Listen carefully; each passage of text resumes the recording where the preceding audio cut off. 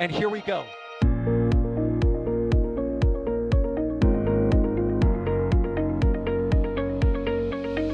have liftoff.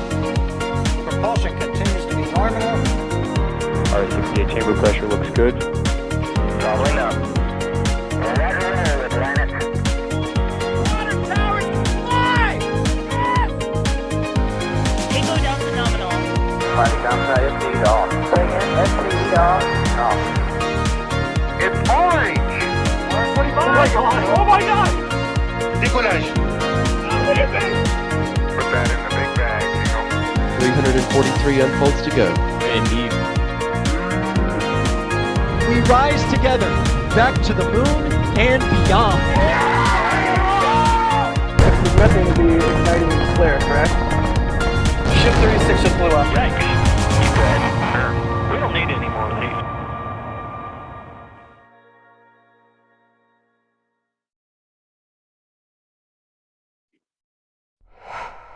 Well, hello everybody. We've got Ship 38 finally rolling. It feels like we've been watching this outside Mega Bay 2 forever. We did expect it as soon as it left Mega Bay 2 to just hang around for a little bit and then start rolling, but then 90 minutes passed and we were still waiting. But finally now it is rolling. It's making good speed down the back of the production site and it will soon join Highway 4 for the rollout, which will take about 45 minutes to get to pad 1. Little programming note. We are expecting full stack, but we don't know when. So full stack would be probably around sunset, maybe. We didn't want to risk leaving it too late until we reveal the patch for Flight 11 from NSF. So we will be doing that once it arrives at the launch site. That's what we'll do. We'll do it earlier than normal because we want to make sure people don't think, well, hang on, especially on the European side, they've gone to bed and have missed out on it. So the best thing to do is to reveal it at the end of this rollout of Ship 38 down Highway 4. And to join me talking about that, we've got Alex. Hello, Alex. Hello, Chris, and hello, everyone watching this live stream of what should be the last rollout of a Block 2 ship to the launch site.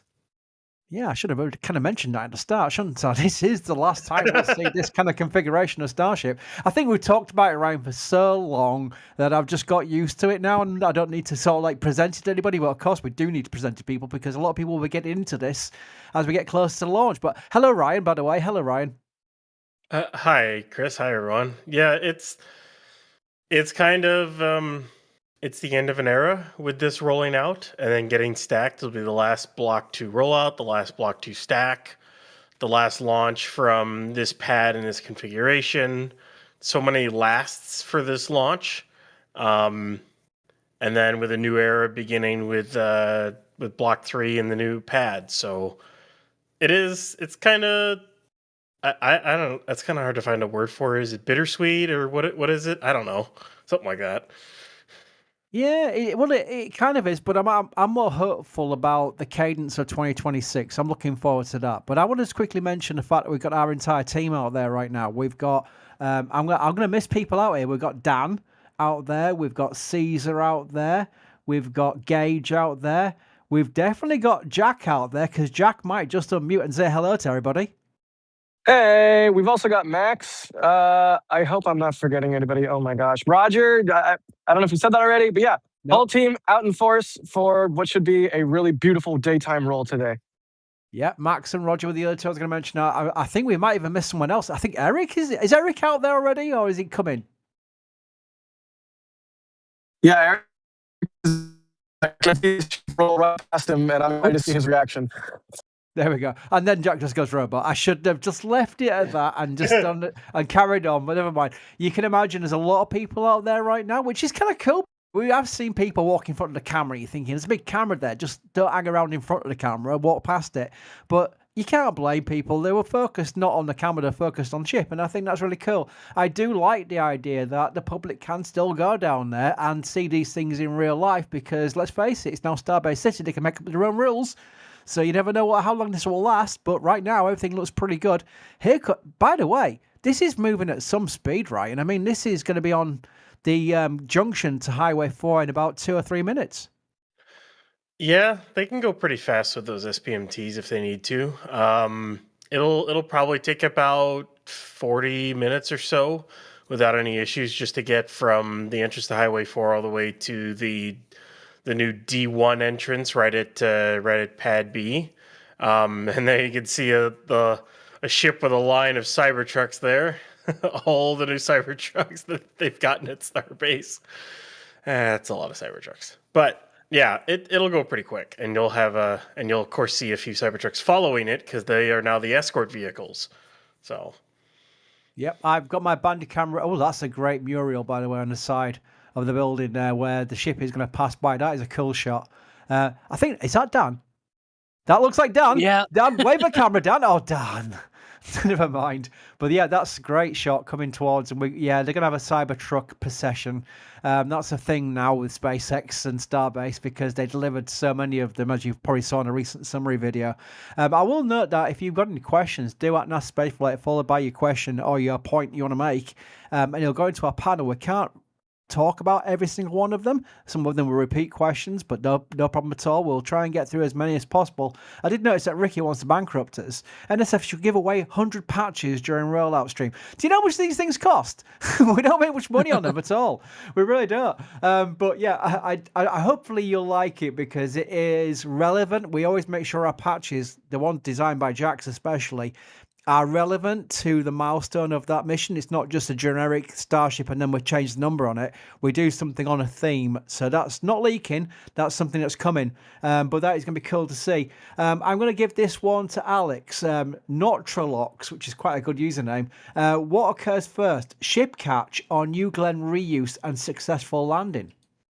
Ooh. There's a good chance that New Glenn. I'm guessing that it's the opposite. It's first a successful landing and then the reuse, right? Unless they mean like they reused the New Glenn booster that they landed already, and then it lands again. Then, yeah, I assume so. Yeah, I think that's gonna happen first, mostly because of when I think Block 3 is gonna be debuting, and also when into the Block 3 number of flights is gonna be that ship catch. But look at that. That ship is booking it. Look, like, yeah, I don't know. I have no words. Somebody talk. I like, Alex, how you said booking it, which is a Jack phrase, and we'd never use the word booking No. it, but it No, is a Jack oversized word. load. No, oversized load. No. But we're getting some great shots. Again, we've got the entire team out there, as you can imagine, preparing for the launch coverage, which we're providing you. I did have a programming question. I'm ready to bandicam, so I'm trying to find a question before I stop talking because I never like to record my own voice. But Max Farr asks, haven't seen Adrian in a long while. Is he okay? Yes, he is. He's been very busy. You will hear him on the launch stream, so don't worry. Adrian is still with us, and Adrian will be on the launch coverage, so you'll get to hear him then. You know what? It's stopping now, but they're waiting for the police escort, I would assume, which can't be that far away. I'm expecting to shut the road at some point. They're waiting to fully have the police close the road, so that the ship can enter. They don't do that until the ship basically gets there, especially if it's in the middle of the day. So. This is surreal. I mean, I do love the idea that if you've never been to Starbase and witnessed in real life, this is about as close you'll get because our cameras are providing the Mark 1 eyeball view of what you'd see if you were there yourself, which is surreal. Look at the size of this thing. I don't think many people do appreciate how big this is. This is just the ship. This is just the upper stage of the rocket. So that's the context there. And it is not small. I mean, that is bigger than a space shuttle orbiter. Yes, I mentioned shuttle within 12 minutes. But the fact is, it is bigger than a space shuttle orbiter, and they were not small. So that's really cool. By the way, he's got a horse logo on the back of his van. That's really cool. I want to thank someone. Sorry, I didn't notice it in the corner of my eye. Telstar gifted a Red Team membership before we were going to go live on air. Ninja Decimator, Pew Pew Pew, gifted 5 Red Team memberships. JP Honor, Ship 26 lives. Oh. Here goes. 10 Red Team memberships. Oh, here we go. Yeah, I'm going to quickly do a few more of these before I get ready to clip it for the promotion on X that we're doing a live stream of this, which I can imagine most of you already know about that. Gifted 10 Red Team memberships. Mr. Twinkie became a Red Team member.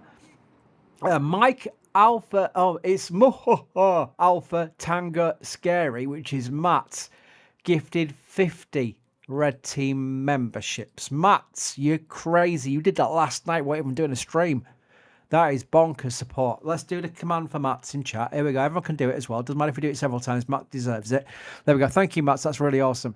Yeah, we are entering the road now. Ryan, how long from this point till we get to pad? About 40, 45 minutes, give or take. They usually go pretty quick with these. It can also be around an hour or so. It depends on if they have to stop or anything or how quickly they go, but they're usually able to do it between 40 to 60.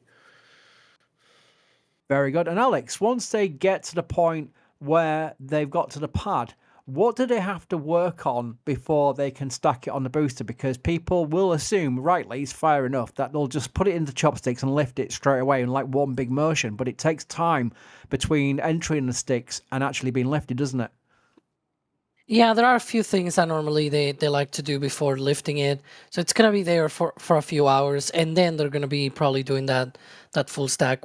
It just depends from one campaign to the other, right? That sometimes it stays for longer, sometimes it stays for just a couple of hours or so, and then they lift it. It depends. So we really don't know how long it'll stay out there, but it will not be straight away, right?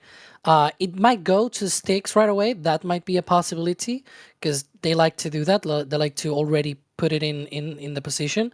But then, as I said, they keep it there, but they still work on it and do final checkouts and everything. Because remember, once they do the full stack, if they want to do something with the ship and things like that, they need to bring it back down because they don't have any access to it. Only that.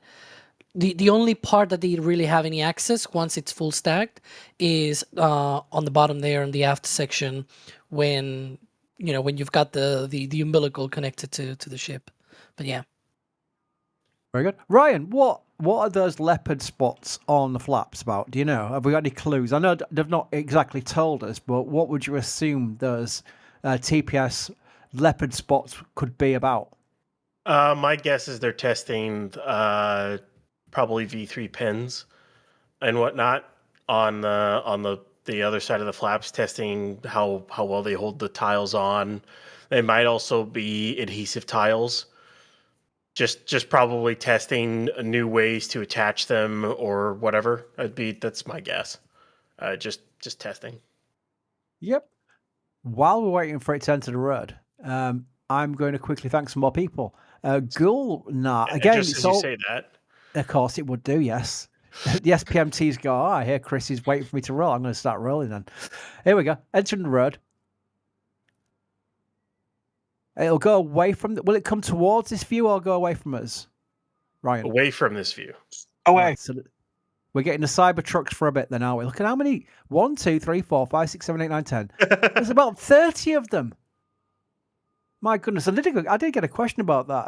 Zapafan was asking... That's not even all of them, Chris. If I zoomed out, you'll see like 30 more. Oh my God. Are all the Cybertrucks company cars or private worker vehicles? I think they're all company cars, aren't they, Ryan? I mean, they're basically given to the SpaceX, I would assume. Yeah, I think what their plan is they're basically taking all of the like Fords, Chevys, GMCs that they have, all the other regular pickup trucks that they have, and they're replacing every single one of them with a Cybertruck.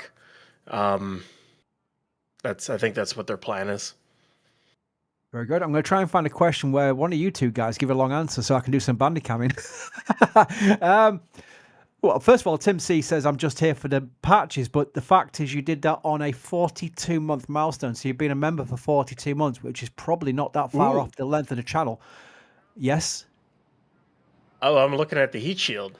Is what I'm looking at. That's some interesting patches of missing tiles. Interesting.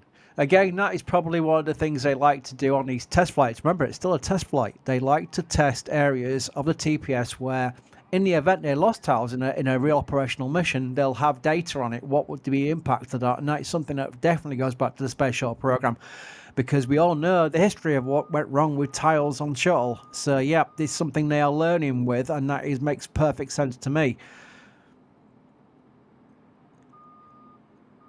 Yeah, they're not flying, or at least as far as we know, it doesn't seem like they're flying any materials, but they are already they're definitely not flying with some of these tiles on purpose to test some of these locations. Because in the past, what they've usually done is they'll have singular missing tiles all around the heat shield, and it looks like on this one, SPMT noises. That guy's got some amazing footage there. Look at that. Engines. I can see engines. Would hope so.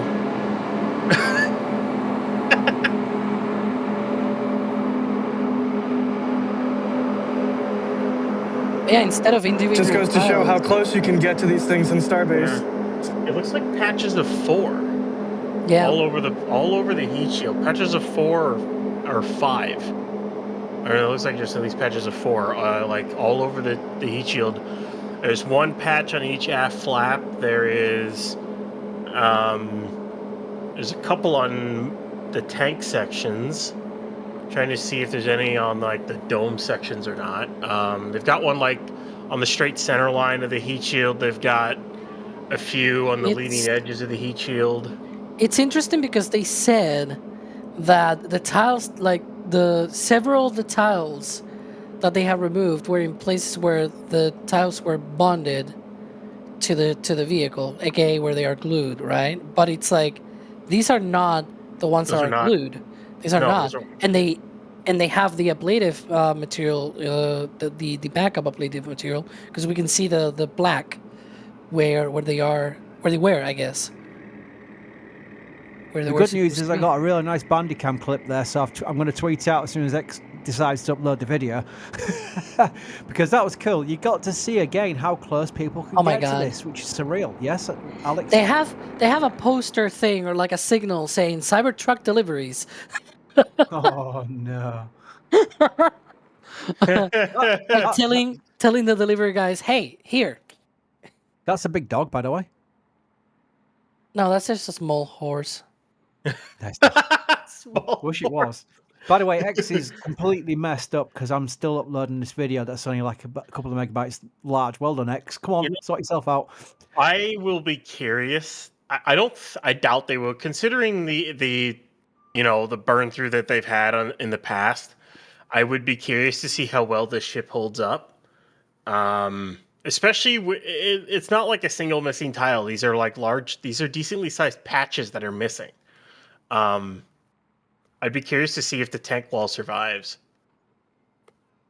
I believe this is Gauge chase cam as well. Jay, correct me if I'm wrong. I'm confused by the clean windscreen, which is unlike Gauge.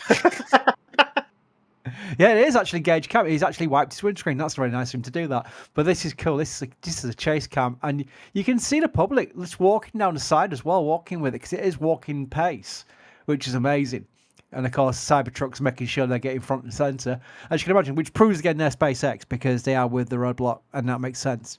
But this is cool. This is where it's going past Star Factory. Star Factory on the left is huge, massive facility, and that's something where I can do a little segue towards Florida because we've seen the cranes getting prepared to start building, and we've even seen the first girders building the Giga Bay, at the production site at Starbase, but they're already well on the way at Florida's Roberts Road. But Roberts Road is yet to have a Star Factory, right, isn't it? So that's going to take a while to get to the point where Florida can produce in-house its own starships. Oh yeah, it's gonna take a few years until that can happen. They have to build the Giga Bay, and then they have to build all the work stands and then all the work platforms for it. They're still building those for Mega Bay 1 and 2, so I can just tell you how long it's taking them to do that. And then they have to build the entire Star Factory and build all the tooling and everything for that. So it'll probably... I wouldn't be surprised if the Roberts Road facility wasn't 100% operational till like 2030. It might take that long to build out everything that is required. But I would expect them to start building ships maybe in 2028, 29. It really depends on when they build that Star Factory, because it's not started yet. So Yep, indeed. I am just quickly getting myself back into doing several multitasking things, and people who know me from Raptisize know I can't multitask, save my life. Let me thank some more people while I'm here. Oh, by the way, oh dear, Gulnar asks, starting to show off with Jack's burnt bacon replacement fund. And we're getting super chats, Jack, from people who want to help you with your bacon supplies because apparently you burn your bacon quite regularly. Jack will not reply to that. There we go. You see? You see? Jack denies any burnt bacon. There's a thing. Nibbles. Here we go. Oh, here we go. Nibbles does this all the time. Nibbles says, here we go. 183,680 seconds till launch. Pending the window, of course. You may have seen an Elon tweet as well saying around 5 p.m. he's got it wrong. That's fine. It's not a change to the T0. That's just Elon being Elon. It's meant to be about 45 minutes, 1 hour and 30 minutes. What's the T0? Sorry, I beg your pardon. Let's say what the T0 is. It's 6:15 p.m. Central. The time Elon gave would be go for prop load. 5 p.m. would be go for prop load time.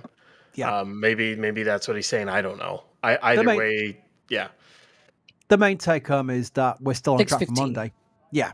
I mean, again, we've all pretty much been quite relaxed about this one. We're all feeling like everything is on track. There's no like, oh, will they get approval? There's no FAA to get involved or anything like that. There's no kind of like, oh, you know what? Can they make Monday? Everyone's felt quite relaxed that Monday is well on track, and that's been a nice feeling. By the way, it's been very organised towards flight, this one.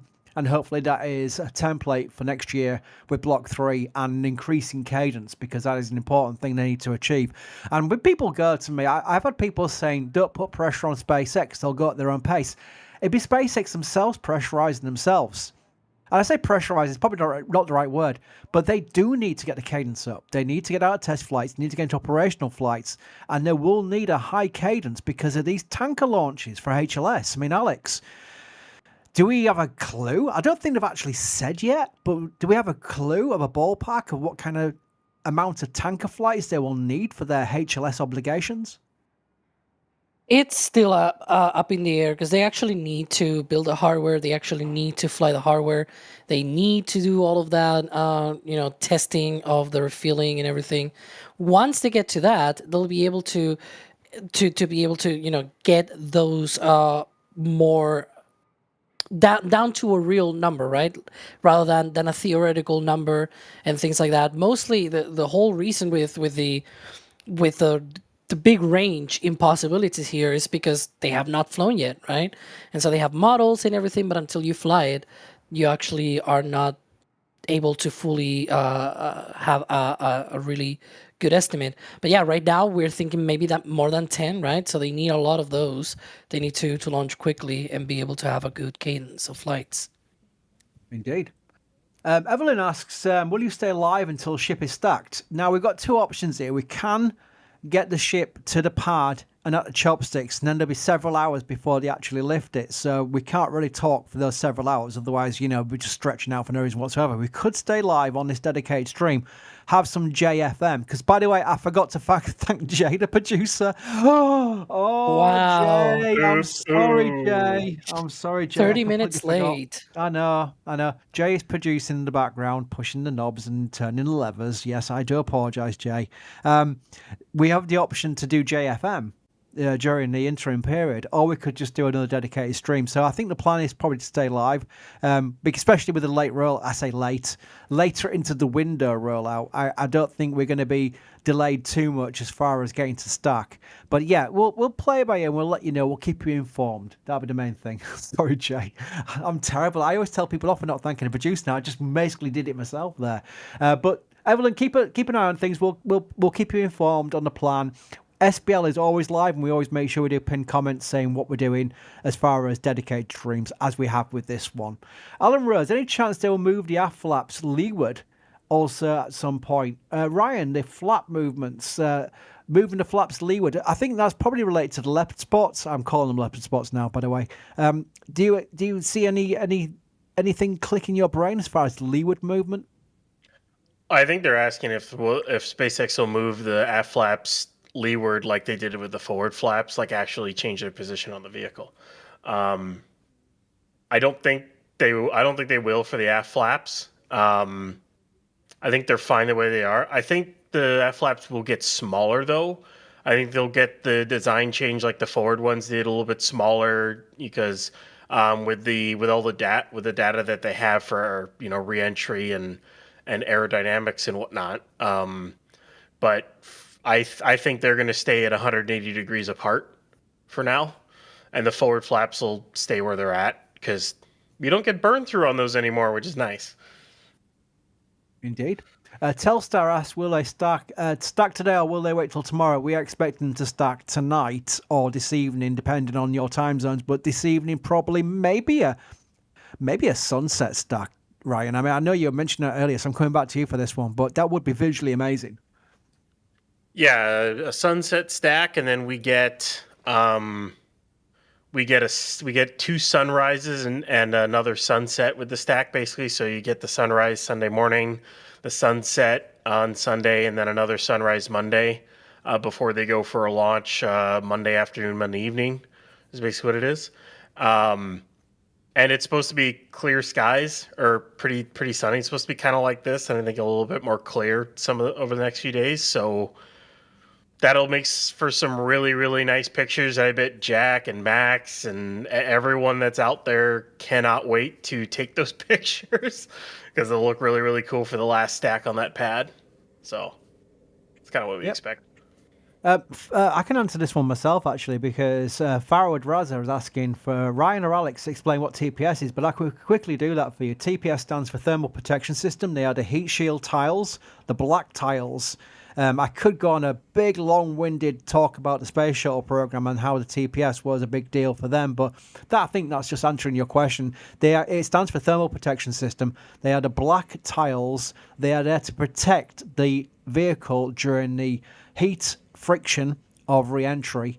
And basically, it is a heat shield. That's what it is. That's what it's there for. Without those black tiles, it would just burn up. Like we've seen with the flaps. You've seen the flaps start to burn. That would be the entire ship if they hadn't have the black tiles on it. We're now getting close to our highway camera, by the way. Oh, this is going to be quite a fun little drive past here. I'll quickly thank some more people over here. By the way, Telstar did ask a follow-up question. Are the tiles fully missing or maybe just thinner? So those gaps we see in the TPS, Alex, do you think there are still some TPS there, but they're just thinner tiles? I mean, technically there's TPS, because TPS is Thermal Protection System, right? Mm-hmm. That's not just the tiles, because it's also, you've got also the cool thing, whatever it's pronounced, right? The white felt that they have as the background, but also the ablative material. So right now, there are no tiles, and what you've got is the ablative material. So technically there's TPS, it's just not the tiles. But I'm hearing already SPMT noises, so I'm going to shut up. Yeah. The glorious tones of the SPMTs as they drive past our... This is our site, by the way. When we thank people for their support, it literally is... We've literally bought land, several plots of land around the Starbase. Back in the early days, with big gamble to do that, and then we spent a lot of money on the infrastructure that we've got there. It's not just iPhones in the ground, this is proper camera installations with towers and battery packs and control panels and proper steerable cameras. I'm being careful not to get drowned out by the SPMTs. Here we go, driving past. Let's listen to the SPMTs for a bit, shall we? Yay!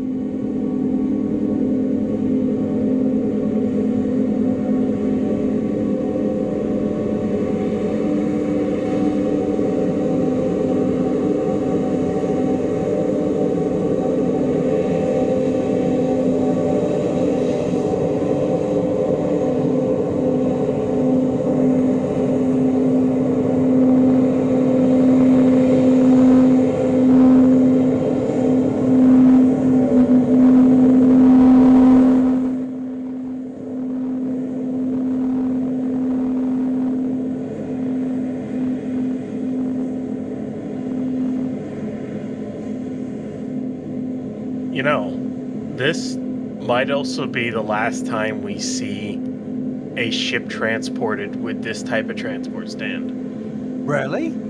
Yeah. Explain, Ryan. So it was caught, it was like a week or two ago, in one of our GV's flyovers that they cut up one of these older transport stands. And then they have moved one to Massey's, although we don't really know what it's going to be used for.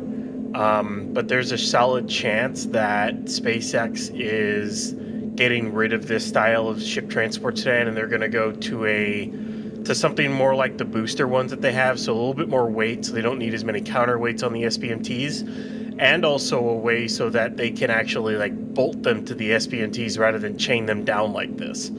Because setting up a transport stand like this is, yeah. Setting up a. So go on, Ryan. Keep going. We're going to do a new very shortly though, but keep going. Okay, because basically it's a bit of a pain to chain these things down, so they might switch to a stand that they can just bolt in like they do with the booster stands. Right, we didn't need to do a new but we have breaking news. Everyone in chat's thinking this is serious. Speaking of bolting it, we have. We've got skateboard chase cam from Caesar. This is not a joke. This is one of our team, Caesar. You'll see his photographs if you remember, and seen him in the videos we'd put on the public side, so you'll know who he is. He's on a skateboard with a camera chasing after Starship on the newly constructed pavement. And there's a sheriff. He's been very careful not to pass the sheriff. There is his skateboard. It's not a joke. That's skateboard cam. There we go. We're living in the future, boys and girls. We now got a skateboard camera. That is crazy. Chat's going bonkers, so they're loving it. So that's what, if Caesar's listening to us, chat is going crazy for it. Oh, in fact, I'm getting told off. It's a longboard, apparently. There we go. Oh dear me. Yes, thank you, Alex, by the way. I've just remembered to try and do multitasking is not my thing. Let me thank some more people, by the way, because I want to make sure that everyone who does support us gets thanked at the very, very least. Telstar, I pointed yours out. That helps if I did click on it. There we go. Slowly Sleeping gifted 5 Red Team memberships. Big Massive Dumps, what a username. Gifted 5 Red Team memberships. Captain Kirsch gifted a Red Team membership. Chris W, bless you. Jack Bayer, Fan Club Up the Minsterman. Yes, York City won again. Thank you very much. The old Americans go, what's that? I don't need to explain. The English and the Europeans will understand what I mean by football. All41X gifted 5 Red Team memberships. These are regular names. Speaking of which, Bideford, such a regular name. And a massive super chat, by the way. Thank you. Jack, for your information, Stephen made excellent non-burnt bacon last night. 2, greetings to Alex, Ryan, Crispy, Jay and Jack. 3, loving Crispy letting us get the Flight 11 patch this afternoon. 4, hugs everybody. Thank you, Bideford. That's awesome. Yes, we didn't want to leave the patch release to the point where people are thinking, you could have done it on this stream because I now want to go to bed and I ain't got time for this. So we're making sure we do it. When it gets to the pad, we will reveal NSF's Flight 11 patch. Which to new people probably thinking, why are you making a big deal out of it, Chris? It's one of our things. We've done patches since Flight 1. And we've got a specialist designer to do it. Jax is amazing to do these latest ones, and they are really cool. And we'll be able to reveal it when we get to the pad, rather than waiting till full stack. We normally wait till full stack, but it might be late at night. We don't want to leave people in Europe and what have you thinking missing out because they've gone to bed. That's why we're doing it. Thank you, Bideford, by the way. They put it in chat. Mark, let's go Flight 11. NSF's the best. Well, thank you, Mark. I mean, it's a store message. What did you get? Let's see what Mark got from the store. Let's have a look. Hang on. You got, we got a sticker collection, I think, there. Yeah, there we go. Very cool. In fact, a patch collection, which you can do. Ghoul of Antarctica gifted 20 Red Team memberships. Wow, that's amazing support. By the way, if you did get a gifted membership, you'll find you'll suddenly become a member for no reason whatsoever, other than you've been gifted it. Just say thank you in chat because it's free for a month, and obviously you'll get all the launch stuff as well, not just the member photographs and your name in green, but you also get like behind the scenes. That's the word I'm looking for. Behind the scenes streams and the multi-member madness, which is a multi-screen where you get like a production screen like Jay is looking at right now, where you've got all the cameras, and Jay is picking a camera to show you full screen right now, but you'll get all the cameras in one go, like a producer. So that's a cool member stream that we do for launches and stakeout, which is coming up on Monday. I'm loving the tri-bike. I'm loving the tri-bike on the left hand side. Tricycle, isn't it? Yeah. That's good. That's top tier right there. That is brilliant. Yeah. That's an eccentric person. I like it. There we go. Right, more questions, because I do like to make... But when people hear me ask questions and stuff, we don't only read out super chats. We'll definitely read out the super chats because it's very important you thank people, but I will absolutely mix it with anybody. It could be your first time here. It could be your first ever time on an NSF stream, and you go, well, they're never going to answer my question. All you got to do is at NASASpaceflight, it'll go into our panel, and I will pick out the good questions. It doesn't matter if it's your first time here or you've been here for 5 years. It doesn't matter. Oh? What was that? Yeah. Was that from the... Was that skateboard cam? I don't know. Oh, but I saw some that's engines. easier. It might be taking pictures. I think this is from Max. I think Wow, we've got so many cameras. I did see another question from somebody who joined late and didn't hear me mention who we got there. We've got Jack there. We've got Max there. We've got Gage there. We've got Dan there. We've got Caesar there. I'm missing somebody out again. I know I am. So many angles. Roger. Roger's there, boss. Roger's been doing fine work. As you may have noticed, Daz is not around. Daz is on a well-earned vacation that was pre-planned. He's not done it particularly around a launch. It's just pre-planned that couldn't be changed, and Starship has just happened to be there. Here we go.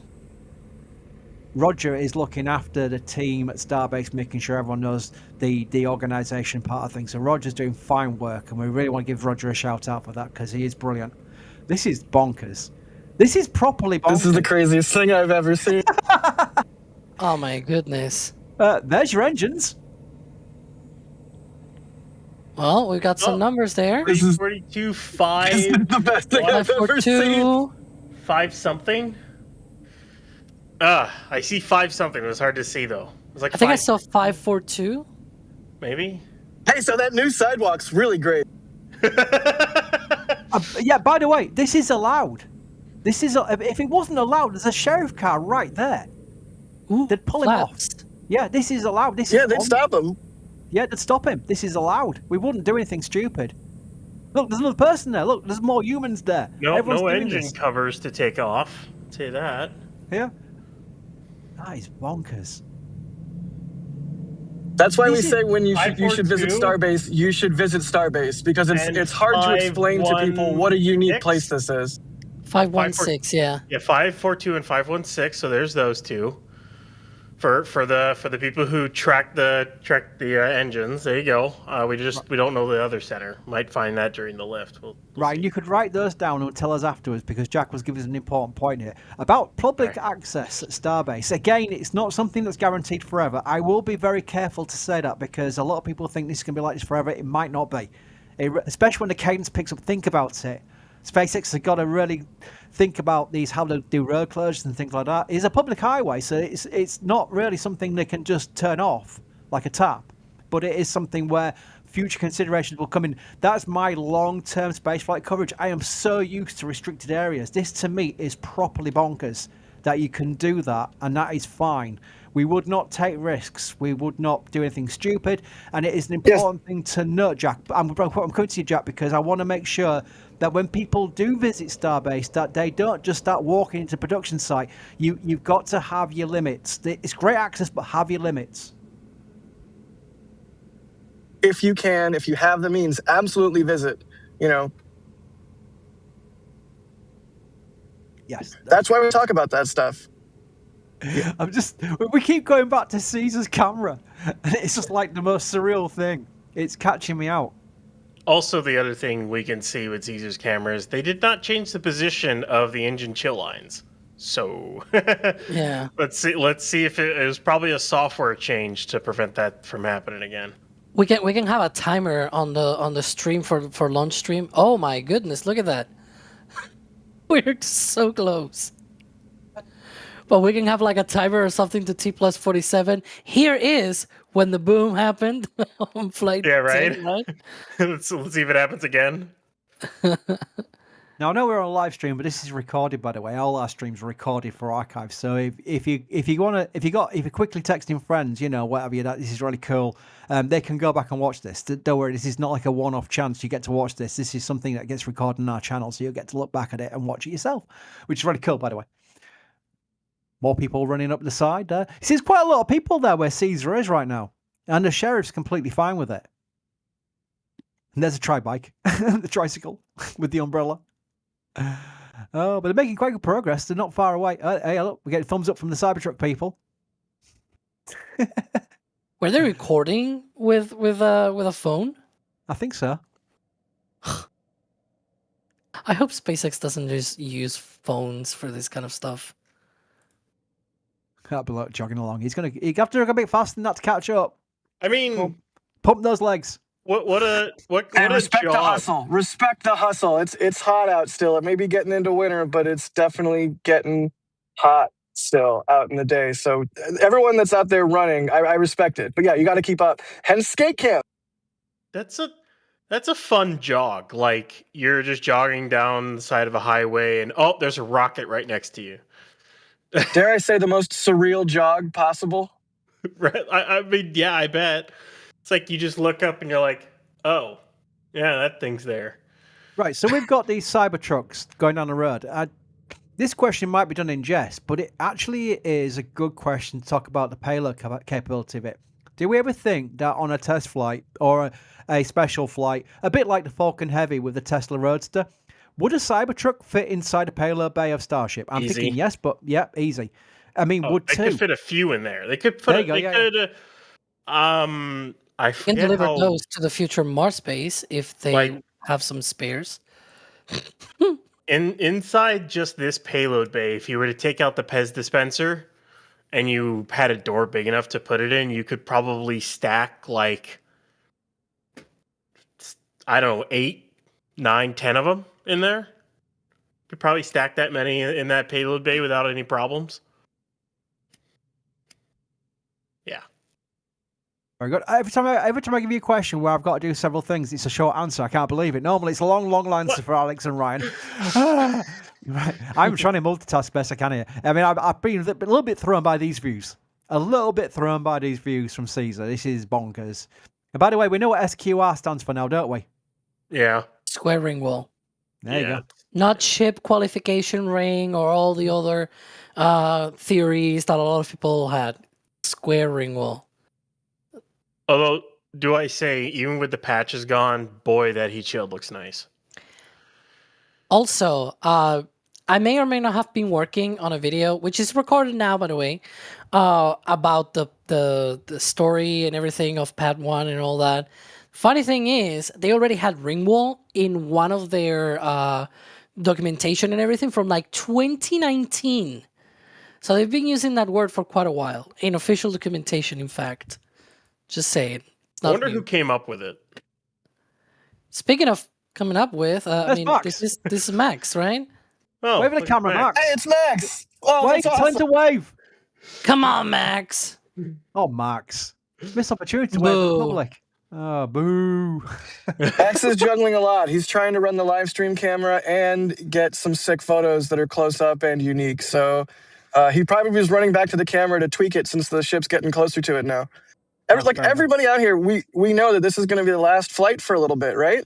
Because there's going to be a gap between version 2 and version 3 ship and Pad 2 coming online. So we're all trying to do our very best. Plus, come on, it's such a beautiful day. We're all here. We have such awesome support from our members. Like, we're all firing on all cylinders to get this thing done because holy cow, like, you got to strike while the iron's hot, and the iron is sizzling. Don't burn your bacon on it, though.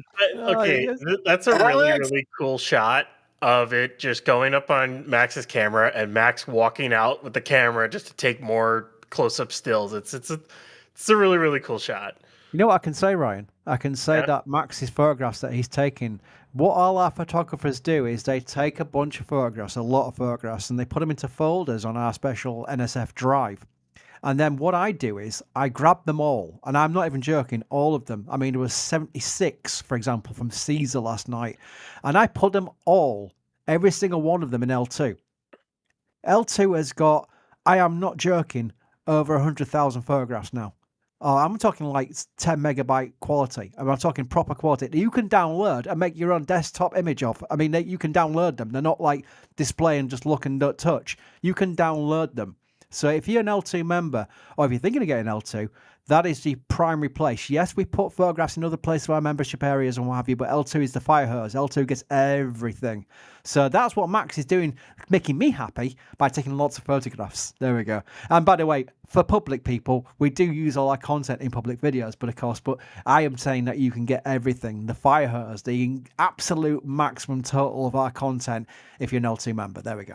A little plug for L2 there because it's my baby. No, L2 is my Chris, baby. fire hose is a really good way to put it. That's a really good way to put it.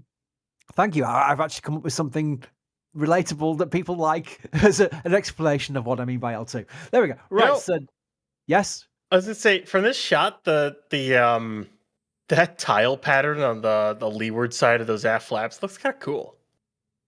It's kind of like streak lines almost, and the kind of pattern. Maybe it's just me. Maybe. You know, like how when they would do the atomic tests, they would fire off sounding rockets around the area so that when the shock wave went through and they were shooting it with high-speed footage, they would have those like lines of smoke vertically in the air so they could, have a reference point to measure the shock wave. Yeah. It's kind of like that. Yeah, it's kind of like that. With like the Schlieren cam, if I'm pronouncing that thing right. I think so. Yeah. You can measure like supersonic shockwaves and whatnot. Was that Caesar photobombing a different camera? That was awesome. You can see that there are actually missing tiles there. It's not, thinner tiles or anything like that. It's not that. They are missing. They just have the ablative material there, and that's it. Here's a good question from Mr. Soft Banana. Yes, that's the username of that person on YouTube. Mr. Soft Banana, I love this backstory behind you going, you know what, I think I'll join YouTube. I need a username. How about Mr. Soft Banana? That sounds good. I love the inventiveness of some people's usernames. There's a lot of good ones out there. A Supersonic Retro Propulsion's a good example. The question is, by the way, what are the odds SpaceX put a camera on the Dumblinks? Dumblinks is the affectionate name for the Starlink simulators because they're not actual working Starlinks. But Alex, do you think we'll eventually get, maybe on this flight, some actual cameras showing them departing the payload bay of Starship?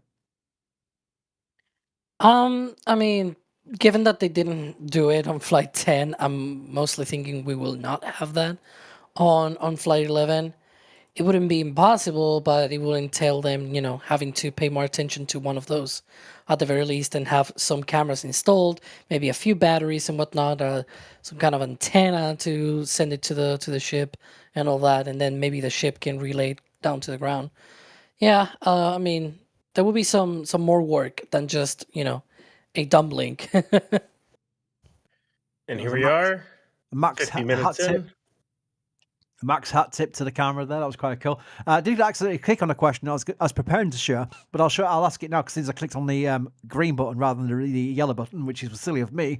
What serial will be the first to Mars? So the serial number of the ship, the first one to Mars. Let's chat. You can join. Let's be interactive on this and join in on this one because it'd be very interesting to see what we all think as far as this is ship 38. So based on ship 38, what ship will be the first one to land on Mars, chat? Join in on this one and I'll go to Alex first. Alex, what number do you think it would be?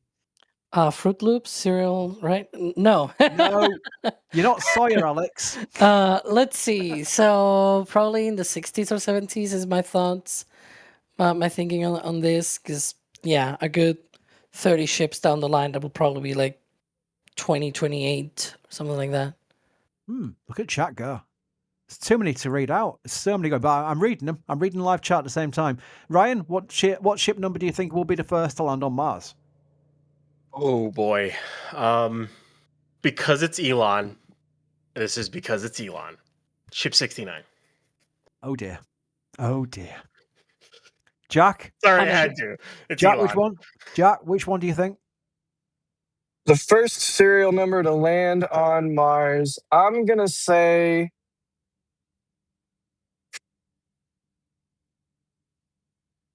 53. 53. There we go. We got there. I was That's thinking, that's probably way too low, considering the amount of tanking they're going to have to do. But I'm going to go with 53. That's probably way too optimistic. But there you go. That's a number. Right. Let's do a status check. Where are we, Ryan? We We're are pretty in close the to the launch entrance, aren't we? site. Yes, we are in the launch site now. The ship is about to pass the tower, and well, it's not going to pass Hoppy because Hoppy's along Highway 4, but it's about to pass the tower for Pad B and that water deluge farm and then head over to Pad A. So it's in the launch site. Took about 40 minutes or so, 45 minutes. So yeah, this is it's kind of weird. This is going to be the last time we're going to have these two types of vehicles, Block 2 vehicles at this launch site once they launch in it's 51 hours 21 minutes is currently what they're slated for the opening of the window on Monday. And for the first time in a really long time, there are 0 flight article vehicles or completed vehicles at the production site. B-17 doesn't count because it's not going anywhere. Well, it's getting closer to the pad. And I did promise people once it got to the pad, to the sticks, we'd do the patch release. We are 5 or so minutes away from revealing NSF's, for the first time seen, by the way, the first time you've all seen it, the Flight 11 patch. And we're just preparing. I could just do it now, but the idea being we've got to prepare the store team to make sure that it's on our store site, and then we're going to show it on the visuals via Jay's magic production tricks, which is the way we do it. It's a really beautiful patch. And if you know how seriously we take the patches, then you know that it's going to be a good one. And also, if you've been in the field, you might have seen it already. Yeah, actually, the crew out here right now is wearing the Flight 11 merch. So if you are out here, it's one of the perks of being in Starbase. Like we are actively out and wearing it right now. Yeah. Okay, let me thank some support because I might need to clear this panel part out, because what happens is when you get something from the store, you can actually put a message in as well. I guarantee you that when the patch gets released, there'll be too many messages for me to read out. So apologies in advance, but I will try and read as many as I can out. So that when you get something from the store, you can put a message that is like a super chat and we read it out. So bear with me if I can't get them all out, but I will clear the panel out now to make sure we get ready for that, because we've got Sherbet Todd who says full stack overnight tonight. Well, it's tonight. It'll be this evening, we think. We think probably maybe at sunset. That's what we're thinking. Starship flight. I accidentally posted an SBL. Lols. I'm finally going to Starbase. Flight 11 will be my first flight in person. I was wondering what the best place to watch the launch closest point of view will be and where you'll all be. So I think I can start by saying the ranch command goes in, because Rocket Ranch is amazing. If you can get in there, definitely do that, because that is an amazing place. We've also got the other side of the water, which is where hotel is. I'll put the hotel command in there, and I'm going to go straight to Jack and say, Jack, quick viewing points that you may want to reel off. Yeah, the Margaritaville Beach Resort, South Padre Island, also known as !! Hotel in the chat, is a great, super comfortable place to watch. Not that the ranch isn't comfortable, it's also comfortable, but it's not a beach resort, right? It's a ranch. But the thing you get at the Rocket Ranch is the space fans that go there are the ultimate fans, and you're also the closest possible viewing location out of any. Sorry, trucks going by. When you're at the ranch, the booster is more coming back on top of you when there's a catch or when it's coming back, and the vehicle is more going away from you. So that's if you're thinking photographically. When you're at the Margaritaville Beach Resort, the vehicle is actually more going kind of perpendicular to you, and that includes booster landing. So photo-wise, that might influence where you want to go. But for closeness, ranch. For like, you want to sip a margarita in a hot tub and watch this thing launch, or like walk on the beach, that's the Margaritaville Beach Resort. Those are the two best options, in my opinion at least, of where to go and where to stay. This is a view from the Rocket Ranch outpost right here. Beautiful view. And it's like 3 miles and change, if I'm not mistaken. And again, the people that you'll see there are the absolute 100% dedicated diehard fans. And this is actually, Chris, right near our river lot. You were mentioned earlier that we bought several properties around the area in the early days. Took a gamble on that with everybody's support. So did Rocket Ranch. Like they got that outpost property early on, and we try to put these things to good use. We have Starbase Live. The ranch has the outpost, and we love the ranch. They're good people, and we like to help support what they do, just like they support what we do, and y'all support what we do. So that's why we shout them out. And because people ask us a lot when they come here, where do I go? Where do I stay? The two first places you should look: Rocket Ranch and the Margaritaville Beach Resort, South Padre Island. There you go, Chris. Thanks, Jack. So Evelyn's gifted a Red Team membership and then did trying the tip jar for the first time. Go longboard cam. Thank you. Yeah, tips is a great way of doing it because that just goes straight direct to us, which is a really nice way of supporting. But all the support is very much appreciated. Ron, chances Caesar shows up at SpaceX drone shots. Oh, maybe when SpaceX do their drone pictures and their experts, they always tend to do, we might see Caesar from above. That'd be kind of cool. Nibby became a Red Team member. Farad says, ship 60 because we have a few years as this current window has gone. Oh, that's right, the Mars transfer window, well pointed out there, yeah. Telstar, they get ready for the store notifications to go crazy. Yeah, we're preparing for that any second now. And Wilbur Baggins just says, just thanks. Oh, Wilbur, bless you. You're always supporting us and you don't... You just put just thanks. I mean, that's really nice of you. Thank you very much for appreciate it. Right. You know what? I think we're getting ready. Shall we get ready? Back room, are we ready? Back room, are we ready for this? I'm so ready. So ready. All right, I'm waiting for Jay because Jay's I'm ready producing. maxing right now. Yeah. Jay's producing, so Jay's the one who tells me if I can start talking. Go now. Here we go. Right, hang on then. Patch 11. NSF's patch 11 is going to get released as soon as I see it on the screen. So we're getting close. Go poll. The poll. Do the poll. What now? Go. Go. Here we go. There we go. It's on screen. There we go. So patch 11 is finally here. Now available along with the entire Flight 11 collection. It's not just a patch. It's on merch as well. Right? So it's on all the merch. Explain what the patch is. We've got an introduction to what it all is about. The round shape of the patch is chosen to help frame the round shape of the orbital launch mount. Remember, this is the old design. It'll no longer be the design going forward. It's pad 2's changing. And without the booster and without distractions, the Roman numerals on our patch is a must. The 11 represents, this is Starship Flight 11. And we've got the view from the engines under the lift into the booster. On the patch, we have a dramatic symbol representing this amazing control chaos. I'm reading off the cheat sheet, by the way. That's why I sound like an idiot. We, of course, cannot forget the orbital launch mount, including the orbital launch mount. Who wrote this? On the patch, highlights the structure that holds the mission together. It reminds us that it's not only the rocket that makes history, but it's also the ground systems that enable it. That's a fair point, by the way. It is, because that is the view we see from the camera looking up from the orbital launch mount when SpaceX do the highlight video showing the Raptors, the 33 Raptors lifting off from the pad. So that's there. I will note that if you're buying this patch internationally, we're working on getting the duties included in the shipping price. You know what international shipping is like from all stores. But it will likely be a few days until that goes into effect. If you buy it now, you will likely face customs charges and delivery. It's international, by the way, international shipping. But we'll make sure to keep the patches in stock until the issue is resolved. So we're working on that as well. We are working on that actively. But that's the point. If you get it now, be prepared. There's always a potential of doing that. But again, that is just international. Oh, there we go. Chris. New orders are coming already. Wow. Chris, you know what this is? This is a view that is iconic because it is that camera that SpaceX uses in their highlight videos, but it's also the same sort of camera angle that we got with the shuttle of the 3 engines igniting and wobbling, which was like the iconic rocket B-roll footage and thus the imagery in everybody's mind for 30 years? And this is going to be that view for the next 30. So I like this view, even though it's changing and we're getting pad 2. This sort of initial angle will be the rocket B-roll for a long time for Big Rocket. And this shot it's a really beautiful design. I thought I loved patch 10 the most. Patch 11 is really great. And oh man, I'll shut up now, but Shuttle. It reminds me of Shuttle. This thing's flying.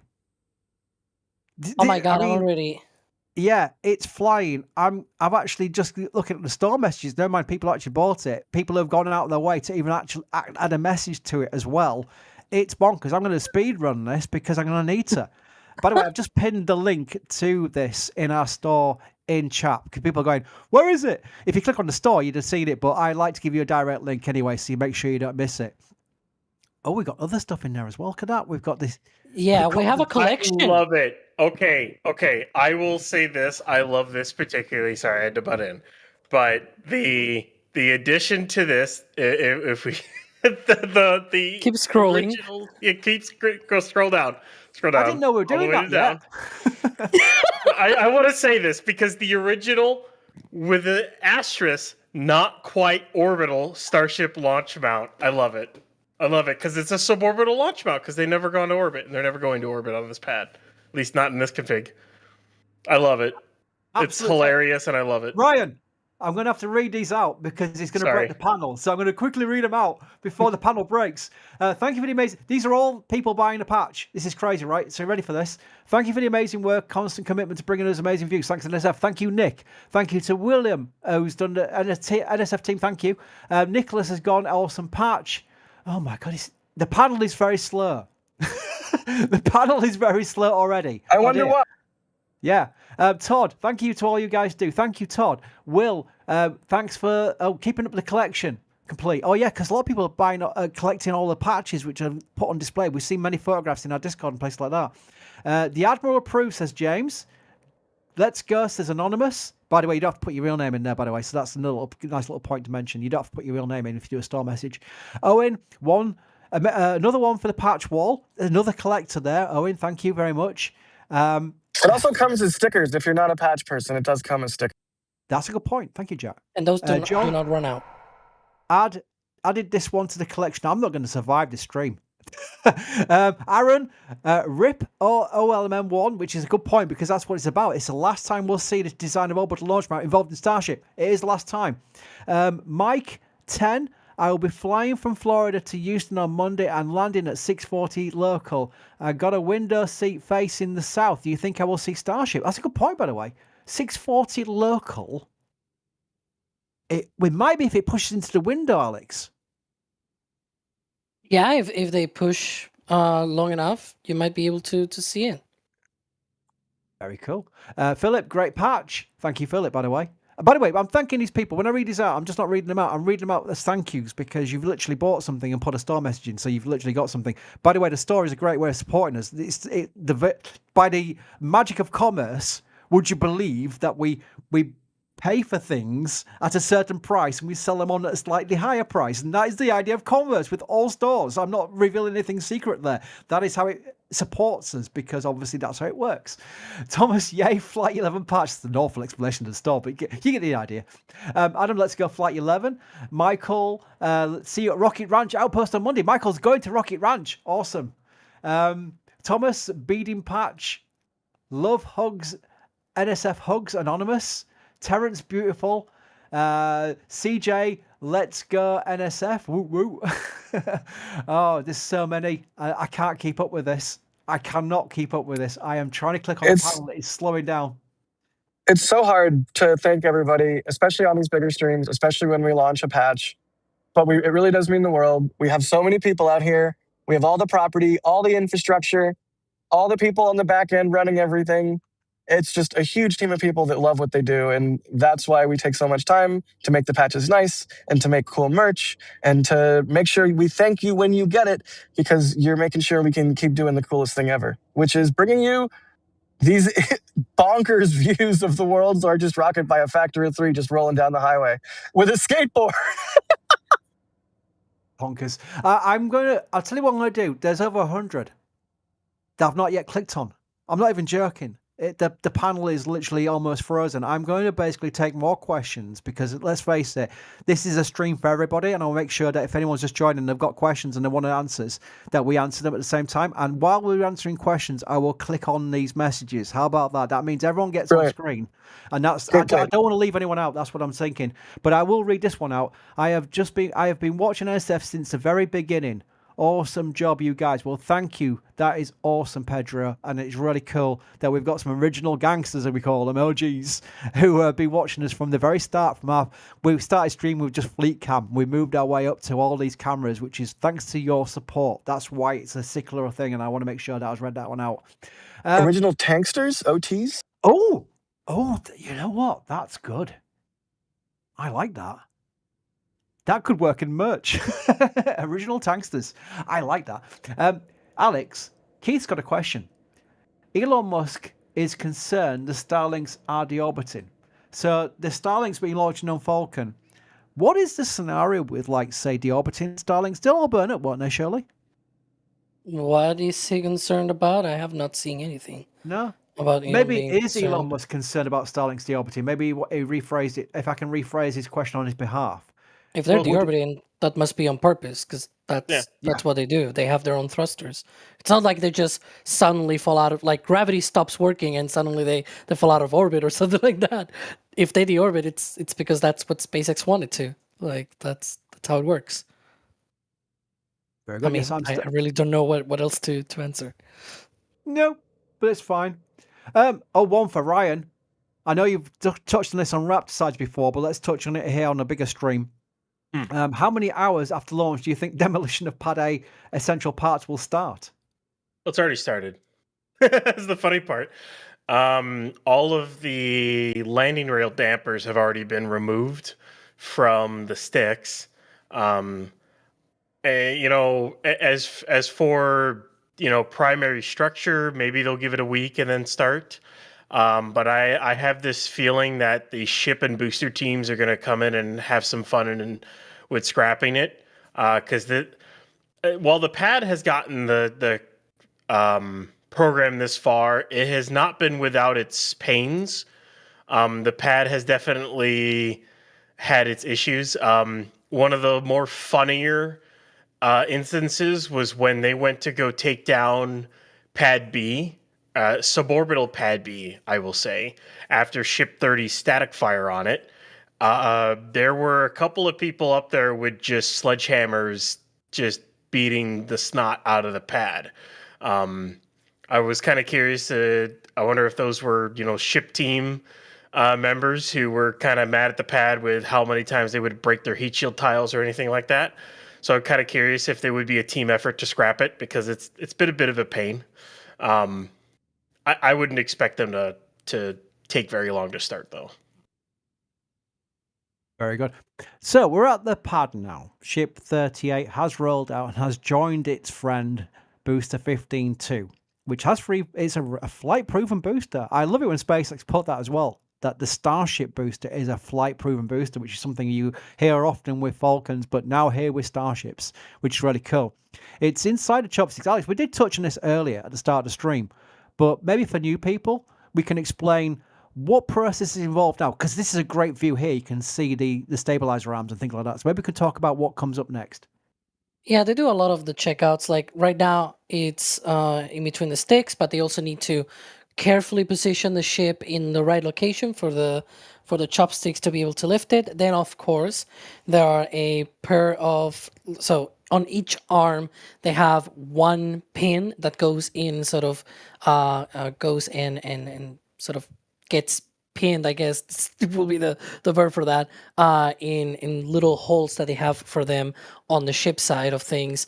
And they're probably going to be staying there for a little bit, just for final checkouts. As I was saying earlier, you were mentioning that we explained this before, that once they do the full stack, they cannot access the ship, right? So any last minute things that they need to do, checkouts and last finishing touches and all that, they need to do it now, right? Because once they lift, the only thing that they can access is like the quick disconnect port, the umbilical side of things.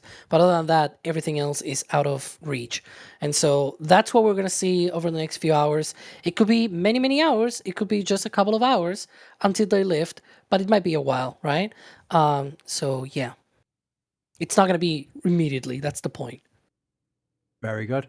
Dan asks, do you think they have rolled the booster at the same time as Blue Origin's booster on purpose? No, I don't. But I want to touch on that. Let's have a little pop back over to the Cape, because Blue Origin's New Glenn is not as, in my eyes, not as loved as Starship. The attention Starship gets, just from numbers we see on streams and articles, reads and what have you like that, New Glenn doesn't get the same kind of love as Starship does. It gets a lot of love, I must admit, but not as much. Whereas New Glenn is a big, capable rocket in its own right, Ryan. Let's talk about the comparisons, shall we? It's probably not fair, but let's talk about the comparisons of New Glenn and Starship, and maybe even the comparisons of New Glenn's comparison to Falcon Heavy, because that's more of a comparable rocket, isn't it? Well, I will kind of say this as a whole. I know there's a lot of people who always go, "Oh, why would you need New Glenn when Starship exists?" And the one thing is, the Starship is not a be all end all. As a whole, there's a lot of differences between the two rockets. Starship is fantastic for massive loads to low Earth orbit.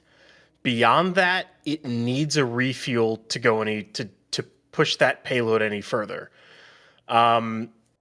Now, like Falcon Heavy, what it can do is it can do a lot to LEO, and it also can do a decent chunk to GTO or GEO, or even push towards the moon. It can do that in one shot. New Glenn is going to be one of those rockets that can actually do a decent amount to like TLI or even to Mars. Because New Glenn's got a high energy upper stage. It's got a hydrolox upper stage, unlike, say, Falcon Heavy, which has got Carolox, or Starship, which has Methalox. And not only that, Starship also has a gigantic dry mass, comparatively speaking. The rockets do different things, and I think it's always shoved under the rug when everyone's always like, "Oh, Starship, Starship, Starship." It's like, New Glenn's also amazing. Like, New Glenn's a really, really amazing, capable rocket. I cannot wait to see it fly more.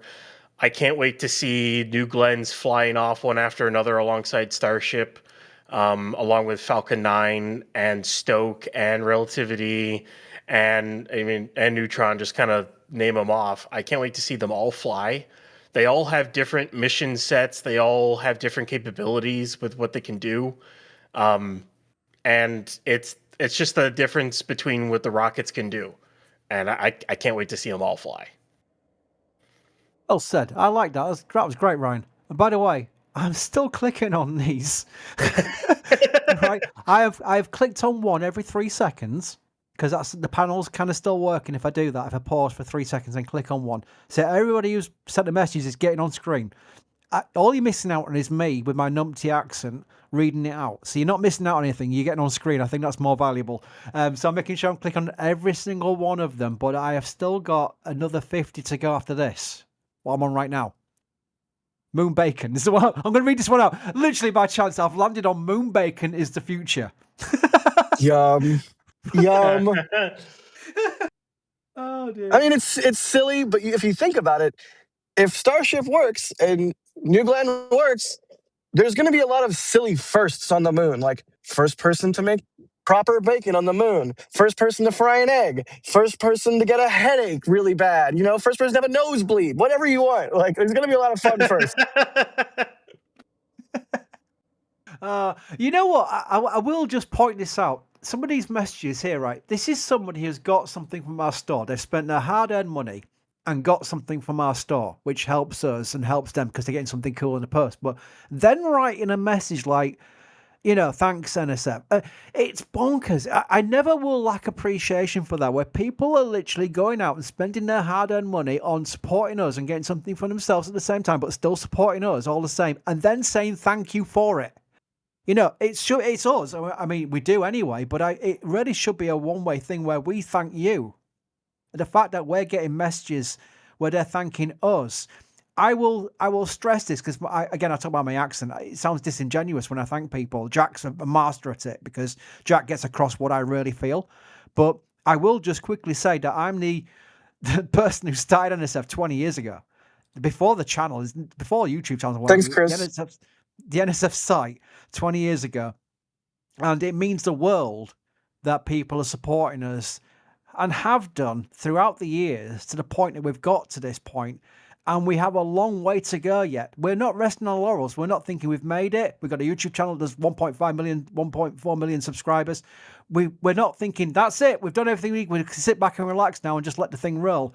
Oh, no. We have got plans that are crazy in the future. We've got so much to come yet. And it's because you're supporting us now that we can go out and allocate those funding towards those things that we'll be providing you in the coolness of upcoming things that we're doing. I'm being very careful not to leak anything. I'm using strength words just to make sure I don't leak. We really do so much with so little, and it's not that I'm saying we get a lot of support, but it's always, if we won the lottery as an organization, oh man, the things we could do, we could do, you guys. But every little bit absolutely just means the world. I don't even know how else to say it other than like, I am a person who consumes content in this world and in this time, and I support creators whose content I like, musicians, artists, that sort of thing. That's just what I do, and to be a creator who people support by supporting NSF is a surreal thing because I understand what that means as someone who does that. I don't know. Like, I buy merch from bands. I buy merch from artists I like. Like, I do that. So when people buy our stuff, it's extra double meaningful because, we're all just people here trying to make cool stuff. I don't know how else to say it other than that. It's such a cool honor, and we take it so seriously. And I don't want it to sound pluggy, but it really is the coolest thing that we get to do. And the more support we get, the more cool stuff we can do. Like, how about skate cam? How about Gage in the truck with the follow cam? How about Max over on the bend watching it come around the dangerous curves? Like, we can do so much, y'all. Just keep supporting us, keep doing what you're doing, and we'll keep firing on all cylinders. This is where I ask Jay in the background what the plan is now, because we're now at that point where we said we might just go to JFM, waiting for the pausing commentary because we can't just talk forever. I can't talk forever because I'm old and I'll just melt. But we'll pause commentary and then come back to commentary when they start lifting it for full stack. But I'm thinking we're going to stay on the stream. Oh, Kevin Michael Reed's in the background. Kevin Michael Reed says, "We stay live. We stay live." So we're going to stay live. We're going to have some music playing probably at some point very soon, where we can continue the views, and then we'll come back to commentary when they start lifting the ship. It might be several hours, you see. And I'm not being lazy. If it's an hour's time, we'll just keep talking. But it might be several hours until they start lifting it, maybe even 5 hours, something like that. So we'll probably just stay on this stream itself and then come back to it for full stack. I think that would be the plan. But yes, I think DJ KMR, in fact, we're not just getting JFM, we're getting DJ KMR. Kevin Michael Reed, that'd be amazing. So that's the plan. So we are staying live on the stream. We won't be ending the stream, but we'll be ending commentary for it. And I'll wait for Jay to tell me when we've got the actual tunes ready to play, because I'll do a sign off for everybody who's been on this stream. And then we'll come back and do commentary. Did I hear some sound in the background then? I might have. But yes, we'll come back to commentary for the full stack thing. Again, thank you to all your support. It's been absolutely amazing. I'm glad you all like the idea that we released the patch a little bit earlier. There'll be a few people who come for the full stack stream will go, "Oh, I was waiting for the full stack stream before I thought the patch was released." But don't worry, we're not going to sell out, so it's fine. So you're going to have plenty of time to do it in your own purchasing pleasure. So no one's going to miss out. That's the main thing. But I want to quickly thank Mr. G, who did 5 Red Team memberships there. That was amazing. Thank you very much for your support. Again, if you got a free membership, please say thank you in chat, because you got it for free for a month with no obligation at all. And also, Aussie has done, love the work you guys do. I have SLS and Flight 1 full stack metal prints on the wall, and Flight 10 full stack print coming. Awesome. My wall on my right hand side where I am right now is full of our NSF metal prints, and it does make the room look amazing. I literally have friends who come round and I just basically push them into the room and say, "Look, my stuff." Like from what's the Thor movie? The Thor movie, yeah, where he goes, "Look, my stuff." Behold. Yeah. Behold my stuff. My stuff. Yes, I do that. Anyone comes to my house, or my apartment even, they get pushed into this room and I do that. Behold my stuff. There we go. Right, so I think we're ready for the DJ sounds. I want to thank Alex first of all. Alex, thank you for joining us on this commentary stream. It's always a pleasure as usual, and I don't know, maybe I'm back for full stack. I don't know. We'll see later. We'll just, pop in and see what we got. Awesome. Thank you also to Ryan. Thank you, Ryan. It's a pleasure as always, Chris, and I might be back later. We'll see. Yep. Thank you. Thank you also to Jack in the field out there at Starbase. Thank you, Jack. No thanks necessary. Thank you to the team we have out here firing on all cylinders to get this done. It's Max, it's everybody. I'll let you do it, but seriously, thank you, everyone. Yeah, I'm going to start with Roger this time. I sort of miss out the air boss. Roger, Roger, the awesome Roger. You know who Roger is, by the way, Raptor Sides. That's Roger. He's out there at Starbase. He goes to all the launches, but he's looking after the team there as well, making sure we've got like a sheet of work to do to make sure that we're all ready for Flight 11. He's doing awesome work, so thank you to Roger. We've got Max out there. We've got Caesar out there. We've got Gage out there. You've heard from Jack. And I'm going to make sure I don't miss people out here, but we've got a full entire team out there. Caesar I might have mentioned already, but I'm going to mention him again anyway because he deserves it. But we have everyone out there, Max, the entire team. They're doing fine work. And You're going to need to get Eric on a Raptor side soon so you can get his reaction to being here and seeing a ship roll for the first time. Yes, we do. We need a reaction, a first-time reaction. Yeah, that'd be great. That'd be amazing. By the way, we've got Josh going out there. Josh is due to be arriving at Starbase. He might actually already be there. Josh from Raptor Side, you'll have heard him as well, one of our team. He's out there as well, so he's going to get to see it for the first time as well. But anyway, enough of my rambling. I want to say thank you again, and I do genuinely mean that, by the way. It's not something I just say for saying sake. I absolutely mean it. Thank you for all your support and watching these streams and helping us grow, because we've got lots of cool things to come, not just with Monday coming up with the flight of Flight 11, which we're all looking forward to. But until the next time, which will be when we return to commentary on this stream with commentary for Full Stack, where they lift the ship. Thank you for joining us, and goodbye.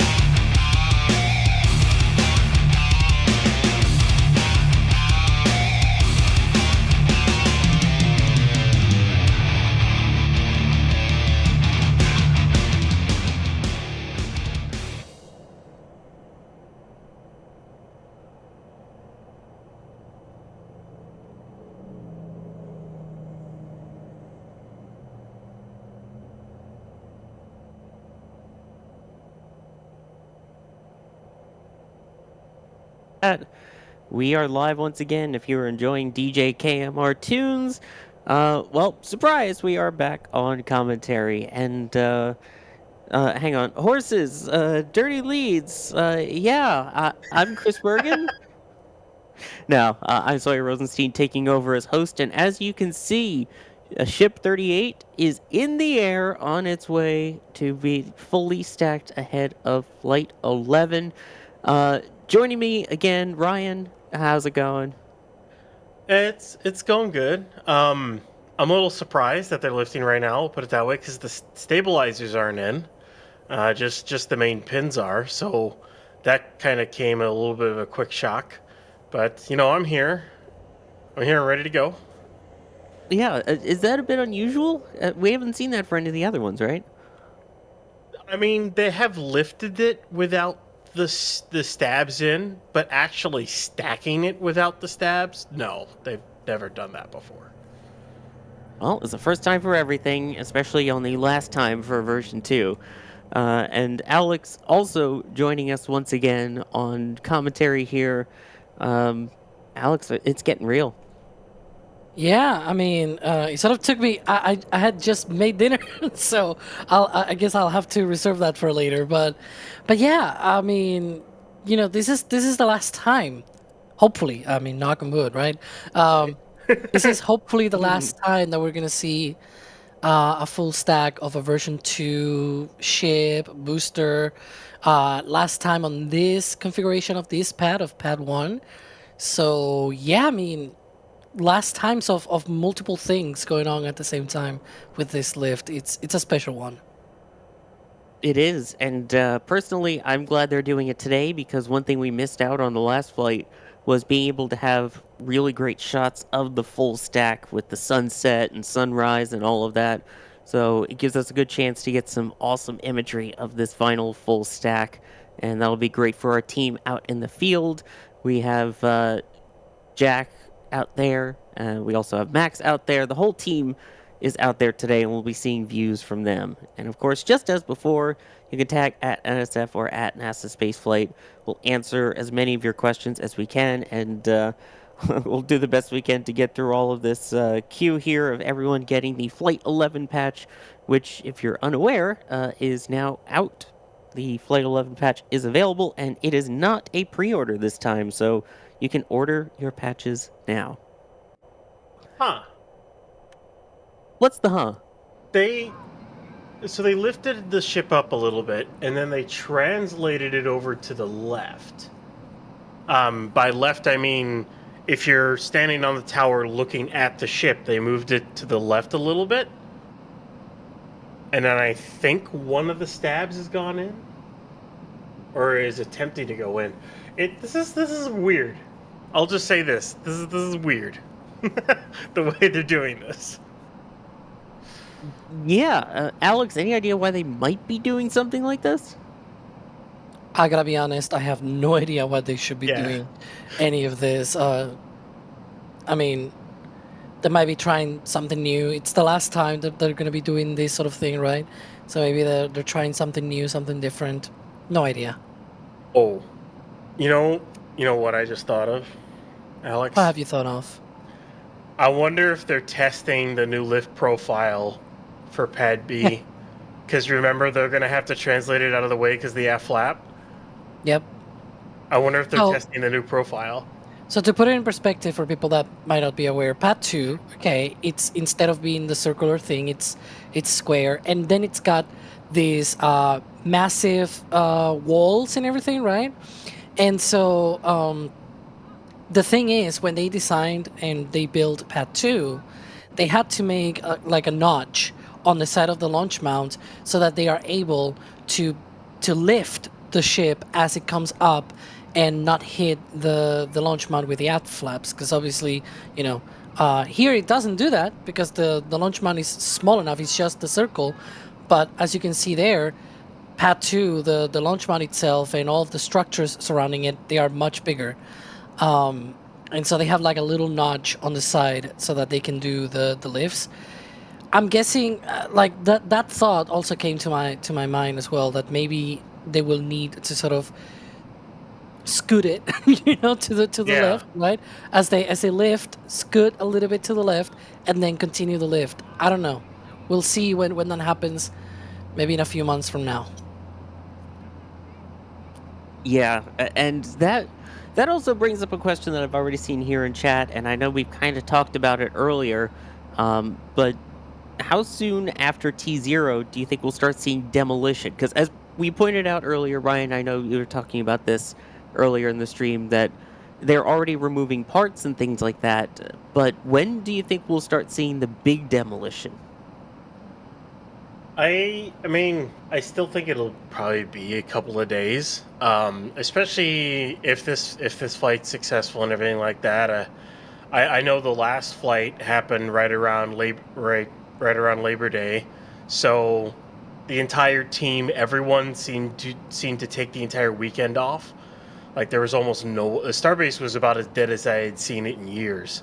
I wonder if they'll do like a nice celebration. It's done. Block 2's over with. This pad is done, and then go ahead and start the scrapping party. At this pad right here, and then push ahead with Block 3. It could happen within the week after it, but I mean they've already taken off some of the landing rail dampeners and other things, so we'll see how quickly it starts. So, are they going to be taking it apart gently, or do you think we'll see a big explosion? Because, Alex, where's the earth-shattering kaboom? I mean, they could do like they did with League 37, right? And all the Delta 4 hardware and everything. But I don't think they will try something like that. There's the tower next to the launch mount and everything. I think they're going to keep the tower. Ryan thinks that they should remove the tower completely and just build one from scratch. Yep. I'm on the team like, keep it there. It's okay. Just do a few mods here and there, and it'll be good for future flights and whatnot. But yeah, we'll see what will happen. Maybe we'll see like a demolition crew or something like that. I don't know. Might be a few months. What I want, of course, this is just what I want, and it would look really, really cool. Let's be honest here, is if they used explosives to knock the tower over into the wetlands, and then blew up the legs of the OLM and collapsed it over. Don't tell me that wouldn't look cool. I mean, it would. You want to talk about being able to test the flight termination system? Why not just use some of the FTS charges while we're at it, right? I'd use more ANFO on that one. Some ammonium nitrate fuel oil. That's what I would use. It's more of a blasting agent right against the massive columns and whatnot, and just tip over the. And then you take the sticks all the way up to the top of the tower and put them all the way towards the south as far as you can, and you use them as like a counterweight to help tip the tower over. Anyways, it just seems like it would be really cool to see in my head, but it probably won't happen. That very likely won't happen that way. We'll go with that. Yeah, let's go with that. As we go up currently with Ship 38, you can see movement has resumed, and the vehicle is lifting to then be mounted atop booster 15-2. So, Vollard is wondering, Alex is the spreadsheet person here, how long does stacking usually take with these? Oh, well, I'm sorry to say that I do not have any spreadsheets for this. It takes roughly about an hour from first motion at the bottom all the way up to the top and actually being secured and everything, or at least somewhat secured on top of the booster. But if they have problems, it may take longer. That's how it goes. I used to track it. I stopped tracking it after a while, though. It just seemed kind of pointless. It's usually about an hour and a half or so. Usually 80 to 90 minutes these days. The quickest they ever did, and they still haven't matched it, was the second to last stack of Booster 9 and Ship 25 and Booster 9, which was 33 minutes. They have not beaten that yet. And I don't think they will. I mean, they might beat it with the new pad. We'll see. You'll see how much the systems are improved and everything, and how much more accurate the new pad is. But as of right now, it takes about 80 to 90 minutes, and hopefully, fingers crossed, this is the last stack with this configuration. So, yeah, somebody put it better than me in chat, which is, the action of actually putting it up there on the booster, it takes, about 30, 45 minutes, right? But then aligning it with the booster connections and trying to actually secure it and things like that, it takes a while, because those, that alignment, it needs to be good so that the two stages can then fly off and all that without, breaking apart or anything like that. So yeah. What? We've And never we seen just- a part of it fall off or anything as they were trying to align it. What are you talking about? And we just hit 2 days. We're 2 days away. 48 hours, under 48 hours already. it looks like they engaged the stabs as they were lifting it. That is something I've never seen before. No, and again, in 48 hours, hopefully something we will never see again, which is version 2, block 2 of Starship getting ready to fly. So yes, T-minus 47 hours, 59 minutes, 12 seconds. No earlier than that until the opening of the launch window for Starship Flight 11. Now, we're talking about, all these new procedures that we're seeing ahead of, maybe testing for when they get over to Pad 2 there. Are there any other changes that they will have to do with the lifting of the vehicle for Pad 2 versus what they're doing here currently for Pad 1, Ryan? They shouldn't be any other changes other than trying to make sure the ship aft flaps don't contact with the pad itself. They'll still have to swing out the QD arm in order to get the ship on top. The new sticks should be more accurate, or at least somewhat easier to use because there's not as much weight on the sticks themselves. So they might actually be able to go a little bit faster. That is if they want to go faster. I mean, you're already lifting 130, 140 some odd tons. I don't know stacking faster might be nice, but I don't know if you want to take that risk. I think it'll be more efficient and whatnot. Plus, that pad didn't go through what this pad went through in Flight 1, where you completely obliterated the foundation, or at least nearly obliterated the foundation of the pad. So the pad should be a lot more aligned than they are on this one, because we know they've had issues with alignment in the past. It's one of the reasons why it takes a while to align the thing, is because of all the issues they've had in the past. But hopefully the new pad will actually be quicker and more accurate. What? You mean like they should have actually dug a flame trench the whole time and are now realizing that as they build Pad 2? It's funny, Sawyer.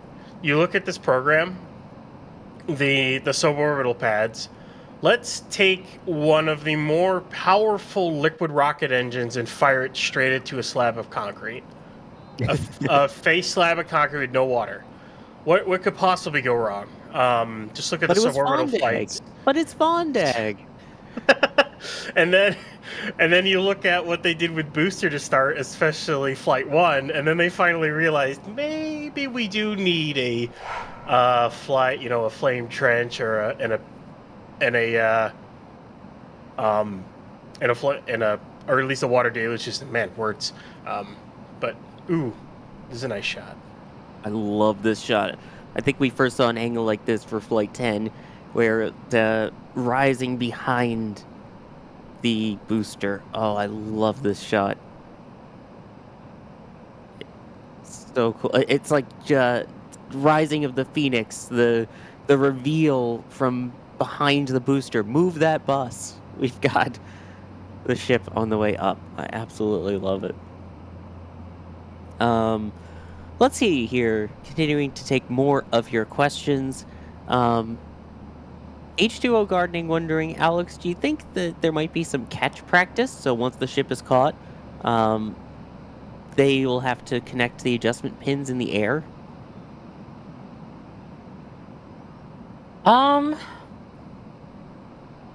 Well, for boosters, we have seen that they have not even engaged the stabilizers before. When they have caught a booster and they put it back down on the launch mount, they have not used the stabilizers. So they might do the same with the ship, but I have no idea, to be honest. Because the ship is a whole different thing, right? The booster, when it goes down into the launch mount is made to connect to the booster, right? With the ship, you will have to put it down on a transport stand because the mount itself is not made for that. Like we've seen in the last 2 flights, you actually have to modify the launch mount to be able to put a ship on it, right? And it's quite a significant amount of modifications that you need to do for that. So it might be different. Like the concept of operations for after a ship catch might look different than what we've seen from a booster. So I don't know, maybe it is that. Maybe it is what they were talking about, right? The stabilizers maybe engage as they're moving with a ship. I have no idea. We'll see. I'm really looking forward to see what that looks like, though. Oh yeah, me too. It's going to be quite the sight. It's like, I would just say you take this camera shot here, but it'll be off to the left there on that tower. The sticks will be up near the tower, and there will be a ship hanging from it with battle scars from re-entry, with no booster below it or anything. It'll look weird and amazing all at the same time. Hopefully less than a year away from that. Hopefully months away from that, yeah. I like, assuming this flight goes well and Flight 12 goes well, I'm hoping we get that on like Flight 14, hopefully summer is my hope, but we'll see. It really depends on how long it takes them to build all these vehicles and get them tested and get them flying. Because they have a lot of vehicles to build. I mean, they've got the parts, they just got to stack them all and test them all.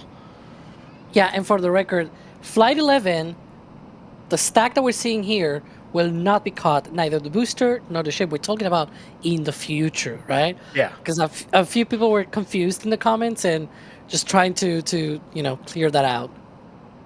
Yeah, like that scene from SpongeBob. Future. But yeah, I think along those lines, I mean, once we see all of the hardware ready over at Pad 2 and all of the vehicle ready, I think once we see Flight 12, it's probably a month or two after that we see the first catch. So I think it's going to be quick after that. At that point, it is just how long of a gap are we going to have between this flight, hopefully less than 48 hours from now, and the debut of version 3. Yeah, I mean, as long as Flight 12 goes, well, that's one of the things that we got with version 2, that, we got Flight 5, first booster catch, Flight 6, we had first daylight re-entry of the ship and everything, and they had done multiple different experiments and it still survived the re-entry, right? It seemed like it was invincible. And then we got to Flight 7 and the ship started, flying off and all that. Then Flight 8, the same thing. Flight 9, we got the ship at least into space and all that, right? But it started losing control, and it wasn't until Flight 10 that we sort of came back to actually having successful flights. So hopefully 11 goes well, 12, 13, 14, etc., etc. Let's knock on wood and, all of the good luck stuff that you might do. Well, it's not like there's a pattern or anything. The first flight of version 1, okay, bad example. First flight of version 2, okay, not great. But then the second and third flights, both of versions 1 and 2, yeah. Let's break that. How about that? The last two flights of Block 1 went really, really well. So let's hope the last two flights of Block 2, I mean, go really well. And so far, 37 has. Let's hope 38 does. Let's hope Block 3 breaks the cycle. Breaks the cycle, sets the prophecy right, and it's a perfect flight, and then they can try to catch right away. I want that. Like, I want it. One of the things we probably should make a video about this. But one of the things that sort of makes me be less nervous about version 3 is that we see a lot of testing in different ways, right? That we probably did not see for version 2 or maybe even version 1. Like there's some of these that I did not see when version 1 was coming along, or at least they tested after they built the vehicles, which was crazy.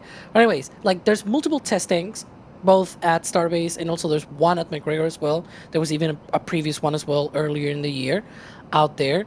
There's also the Raptor engines. We've seen at McGregor all of these, relight tests that they've been doing, firing an engine for 2 minutes. We know by now it's probably already all Raptor 3s, right? Which is going to fly in version 3.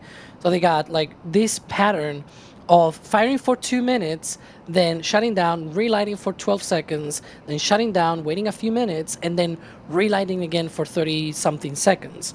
So like they are trying their hardest to be able to do testing and retesting and relights and everything out there. And I mean, these are going to be the last of the Raptor 2s that will ever be fired in flight.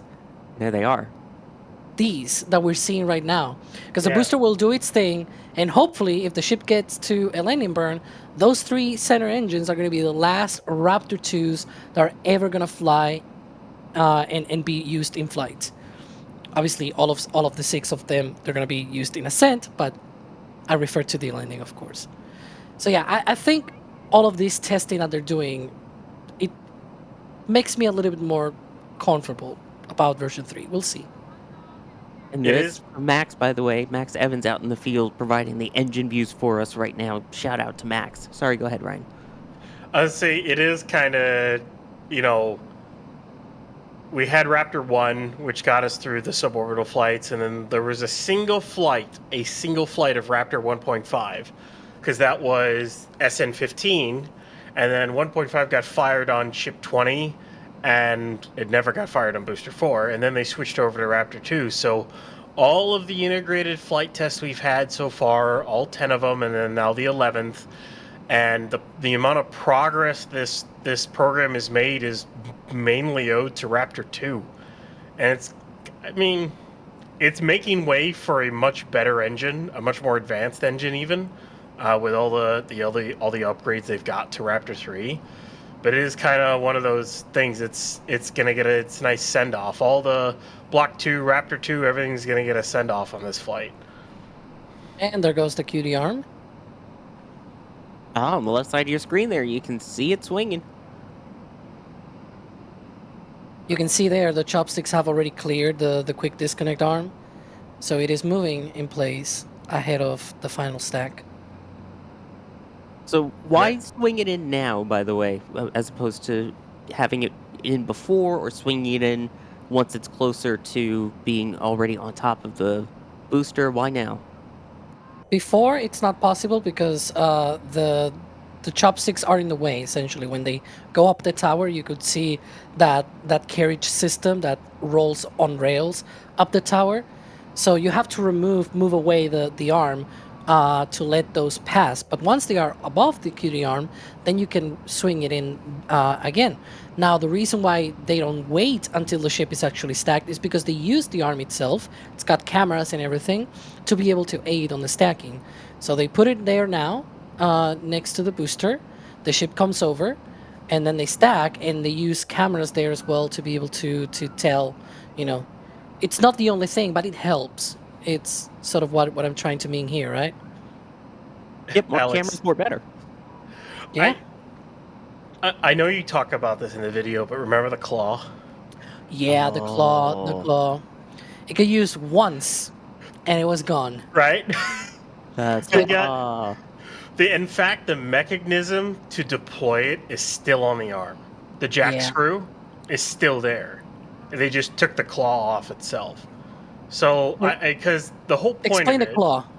Okay, I was about to explain. So the claw was a mechanism that was attached to the underside of the ship QD arm. Now, what its purpose is to basically deploy and grab the booster by its lift points. So basically what it did is it would... That was an actual catch, by the way, Sawyer. Just saying. Yeah. Oh my gosh. Continue. So it I'm would- bringing that up Continue, later. Ryan. Sorry. No, that's fine. So it would hold the booster in place, so then You hearing that, sir? SpaceX could lower. This shot is amazing, by the way. So the ship could be lowered down onto the booster, and it would be, the booster wouldn't move around at all while it's inside the mount or anything like that. Well, what SpaceX quickly found out is that actually throws off the alignment more. And it didn't actually really do anything, but actually hurt the stacking process. It made things worse, and it just kind of was this unnecessary thing. You can see the mechanism there on the bottom Yeah. of the arm there at the end. Yeah, literally right on the bottom, there's still the jack screw that runs, basically moved it forward and grabbed it. So after like 1 or 2 uses, SpaceX just took it off and got rid of it, and they never put anything else to replace it because they realized they didn't need it. So it's just funny. It's one of those little things that unless you go back and see those the original stacks, you never knew it was even there. I remember it very vividly, and yet, we haven't heard much about it, which is fine. That's not a bad thing at this point. Which, by the way, as we look underneath the engines, I know from Max's view, we saw some lettering and numbering and stuff. Ryan, for those who don't know, what was like the E1, the E2, all the numbers that they saw underneath? That's just the engine location numbers. The E1, 2, and 3 are the centers. E4, 5, and 6 are the RVACs. And that's just how SpaceX labels them, basically. There are engine serial numbers on the bells as well. I think one of them was 546. One of them, I think, was either the 516 or 518 when we were looking on the stream earlier. But that's just engine numbers assigned to it. The booster has them as well. It's 1 through 33. And it's just so that SpaceX knows what engine's which and which engine is where. It's their layout. Falcon 9 is the same way. Just about any other rocket is the same way, really. Right, but Alex, one of the questions that I saw was when 9 engines on the ship? That should be version 4. The next one after the next one. So the next version will still have 6 engines. The ship actually will not change in terms of the height or anything like that. It's going to be about the same size, pretty much. What will change is like the way that the tanks on the ship are distributed. Some of the domes are moving away. We'll probably have a more detailed video about this, but yeah, that's the claw. That's the claw when it was installed. That's the old version of this QDR. It's the same QDR, but they made so many modifications to it. But yeah, that's the claw that we were talking about. Thank you, Carson. And you can see the ticker, Booster 5 fully stacked in the high Yeah. What's funny? That's so That's a long callback. ago. Yeah. Yeah, in high bay, not in the mega bay. The high in bay. high bay. Wow. And you can see the high bay on. Hang on. Can we keep it? You can see It's a trip down memory lane here. because you can see on the top right there on that picture the high bay with Booster 5, and you can see Booster 3 and Ship 20. Half of Booster 3. Yeah, half of Booster 3. Wow, that's a long time ago, man. But it sort of brings all of this together, right? Like this is the beginning of the beginning, if you will, and then we've got the end of the beginning on the right with Ship 38 being stacked on Booster 15. It all comes together, right? And I don't know, that's sweet. Thanks, Carson. That was And really cool. the ship QD arm for Pad 2, it's looking like that ship QD is not going to be all wonkily extended like this one, which is really, really nice.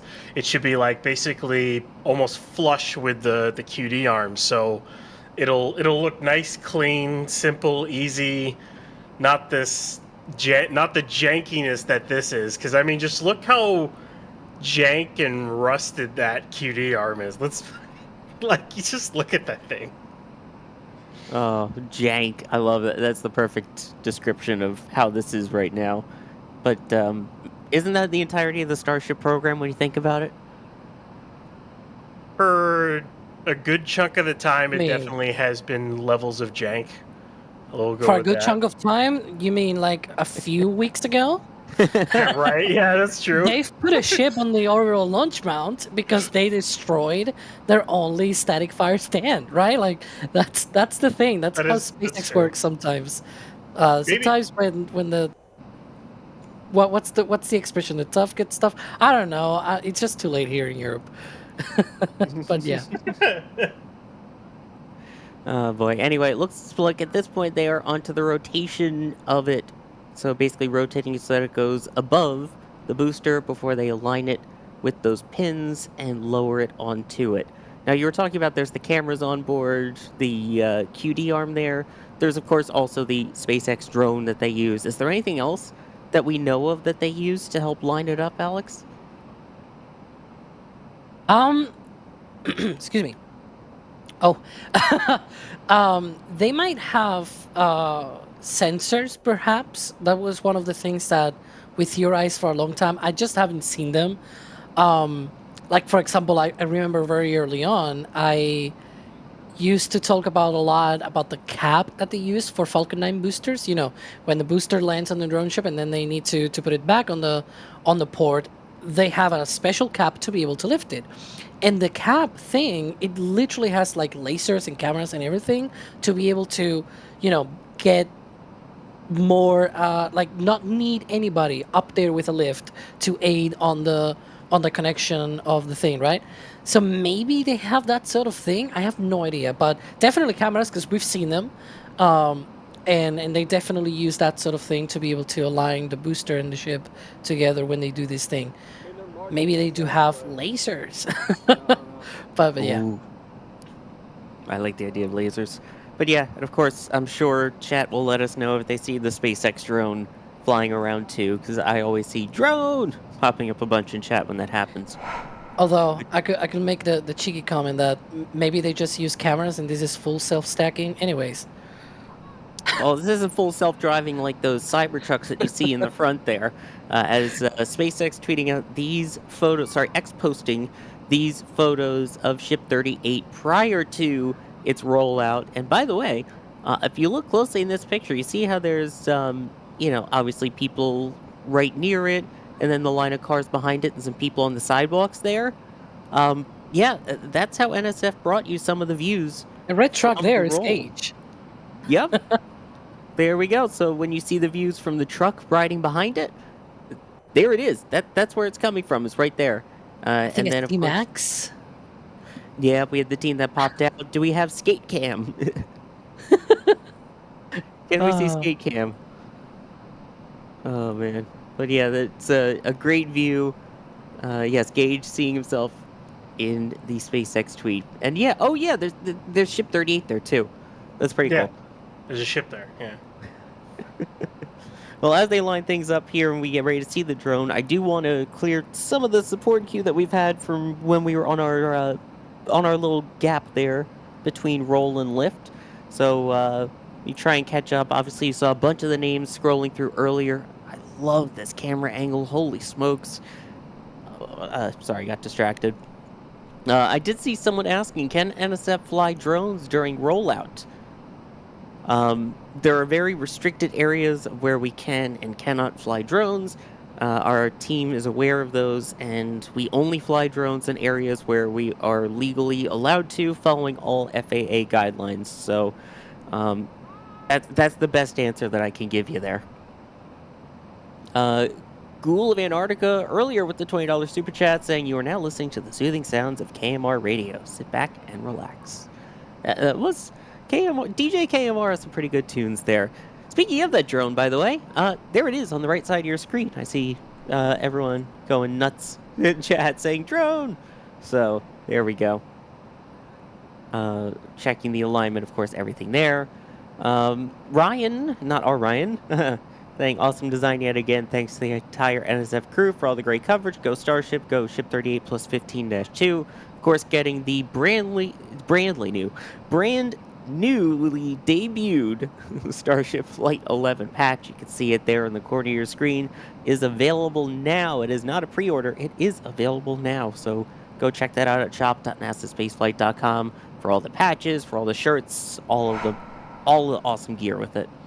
Jonathan, can we get a host and guest schedule in Discord for the stakeout and launch streams?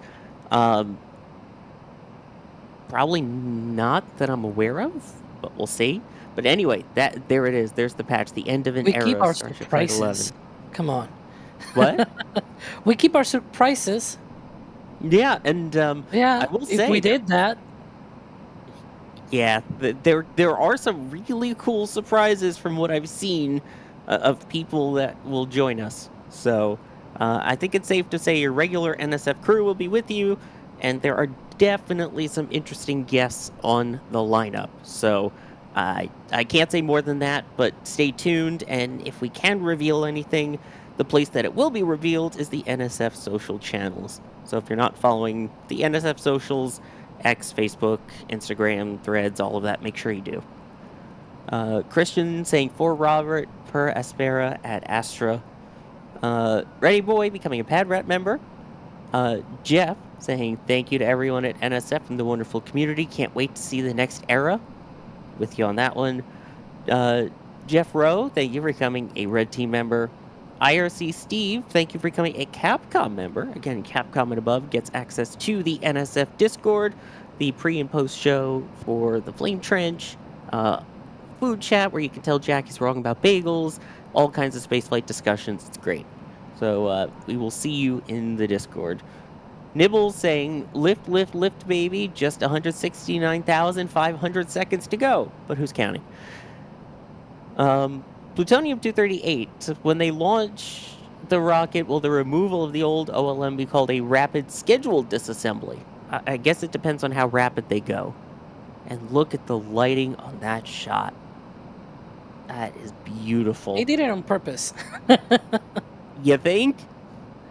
But also, I'm just gonna say we're getting to the point that around this time, we will already have seen around this time 2 days from now. If they go at the beginning of the window, we should have already seen those dumb links because you were talking about those before. And yeah, I mean, we're getting there. We're getting there already. But look at that. Oh, the lighting is so perfect for this right now. Sorry, I kind of got distracted with looking at questions in chat and everything. It literally just beautiful. Oh, the team out there killing it today. Let's see. Let's continue on. You mentioned the sim links, I guess. Suknor asking, I'll throw this one to you, Ryan. What do you think was going on with the sim link loading last night? They held with the first one for like 5 or 6 hours before pushing it in. If for those who are watching, it did seem like they had some issues initially with the loading there. Yeah, I don't really know what happened. They loaded the 2 bars in, which those are the 2 bars that go in before the actual sim links go in. One on each side, one on each rack, basically. And then they set the first sim link onto the tray, and then it sat there for like 5 hours. Don't know why. The crane stayed connected to it. It just kind of sat there. It looked like they might have been working in the payload bay at one point, but it seems like everything just sat there. I don't know if they had an issue or if they were like, nah, let's not load it right now. We'll load it later. I don't really know, to be honest with you. But after that, it seemed like the rest of the loading of those Starlink simulators went as smoothly as we saw on the previous load. Yeah, no, as soon as they started loading them, all 8 of them went in pretty quickly. They've gotten that down to a pretty good science, and I would guess that they would do this at least once or twice more. My guess is they'll do it on 39 and maybe 40. I wouldn't be surprised. Because there might be changes to the PEZ for Block 3. We don't know because we haven't seen it. So I wouldn't be surprised if they try this again on flight 12 and 13. So we'll have to wait and watch for that. By the way, I just want to point out Max Evans in the back channel, who's out there again right now providing us some of the views, pointing out that if they push 30 minutes into the window tomorrow or on Monday, this is the lighting conditions. This is stunning. Even from, 30 minutes ago, it was still absolutely gorgeous. This is the lighting conditions we can hopefully expect during launch. Oh, that was beautiful. Monday during the day is sunny with a high near 87, wind 6 to 13 miles an hour. That's Monday. Monday night is a chance of showers, but that's like way into the night. We're talking like after midnight kind of stuff. So basically like it's almost perfect weather to launch in, and it's kind of nice compared to the last launch where they kept they scrubbed because of weather, which is the first weather scrub for Starship. But it looks like they have a really solid chance of going on Monday, assuming everything else is in line, which, considering they're stacking now, everything looks to be on course for a launch in 47 hours, 29 minutes, and 23 seconds. Yeah, and of course, as we continue on, Adam Schuker, who's our resident weather person here, not Mr. Map, no, but someone who actually helps us look at the weather, is saying that things do look very favorable for Monday's Starship launch window based off of the models. So weather seems to look like it will hold up for this flight. Here's one from Neo. Alex, how does the ship actually connect to the hot stage ring on the booster as we get close to it lowering? Yeah, there are technically 4 guiding pins. 3 of them have hooks in the middle, and they are spaced 120 degrees apart. And that's what they use. They have a hook, and it sort of reaches out and grabs on the ship. It technically doesn't reach out. It's more like the ship just sits on the pin, and then the hook just sort of closes in on the interface inside of that aft skirt there. But you can see one of those pins, and I believe this is one of the pins that does have the hook on it, because there's a 4th pin that only acts just as guiding, but not really. It doesn't really actually hook onto the ship. It doesn't have a hook on it. But yeah, that's what they do. Just 3 hooks, and both vehicles connect together that way. There you go. It seems like for such a complex vehicle, it seems like kind of a simple mechanism, but I guess simple isn't always a bad thing in this case.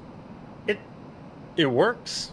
I mean, it's the one thing that since Flight 1, they haven't changed. All they did between Flight 1 and 2 is they just transferred the staging through the hot stages. Basically all they did. It looks like it might be changing for Block 3, but there hasn't been any hard evidence to say whether it has or hasn't. There's some things it's hard to tell, honestly, but we'll see. We will see. The other thing that we were trying to see, and I know people were asking about, all for asking, most importantly, has Ship 38 gotten its decal? Alex, I think we were very happy about this yesterday.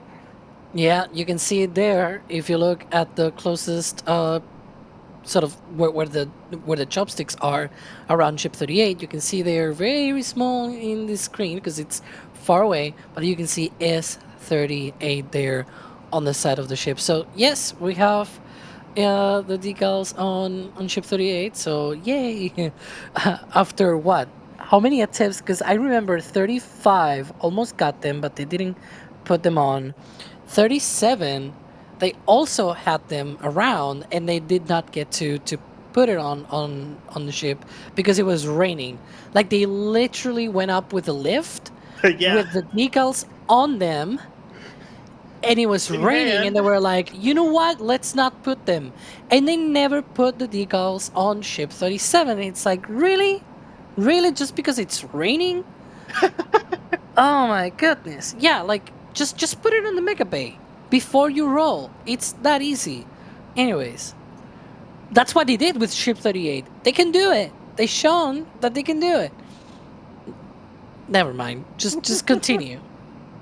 So I'll keep ranting. I mean, Alex rants are always very fun, but yes, I guess we'll continue along. Luke asking Ryan, why is SpaceX testing lighting the sea-level Raptor in space? Why not use the vacuum Raptors for orbital maneuvering? Especially because, again, we've seen them do the in-orbit relight test, finally, on the last flight. Well, they need to make the main reason why they use the sea levels is because they're doing a header tank burn. So basically, they're not using the main tanks to do this. Wow, that lighting looks really, really awesome, especially the silhouette of Ship 20. They're basically pulling from the headers, and they're simulating that they would do a deorbit burn, because they need to be sure that they can deorbit this object, because if they can't, then they aren't going to go to orbit.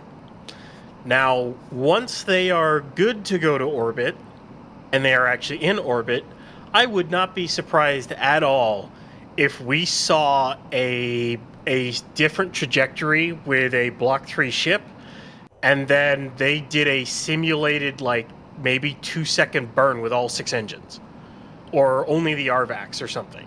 I wouldn't be surprised if they do that at some point. Like, they do their trajectory as such so that when they do the burn, they kind of circularize their orbit or something along those lines, and then using the main tanks, and then when they go to deorbit, they then go retrograde and burn a sea level engine. I could definitely see that as a test to see if they can do a full burn, kind of like a TLI.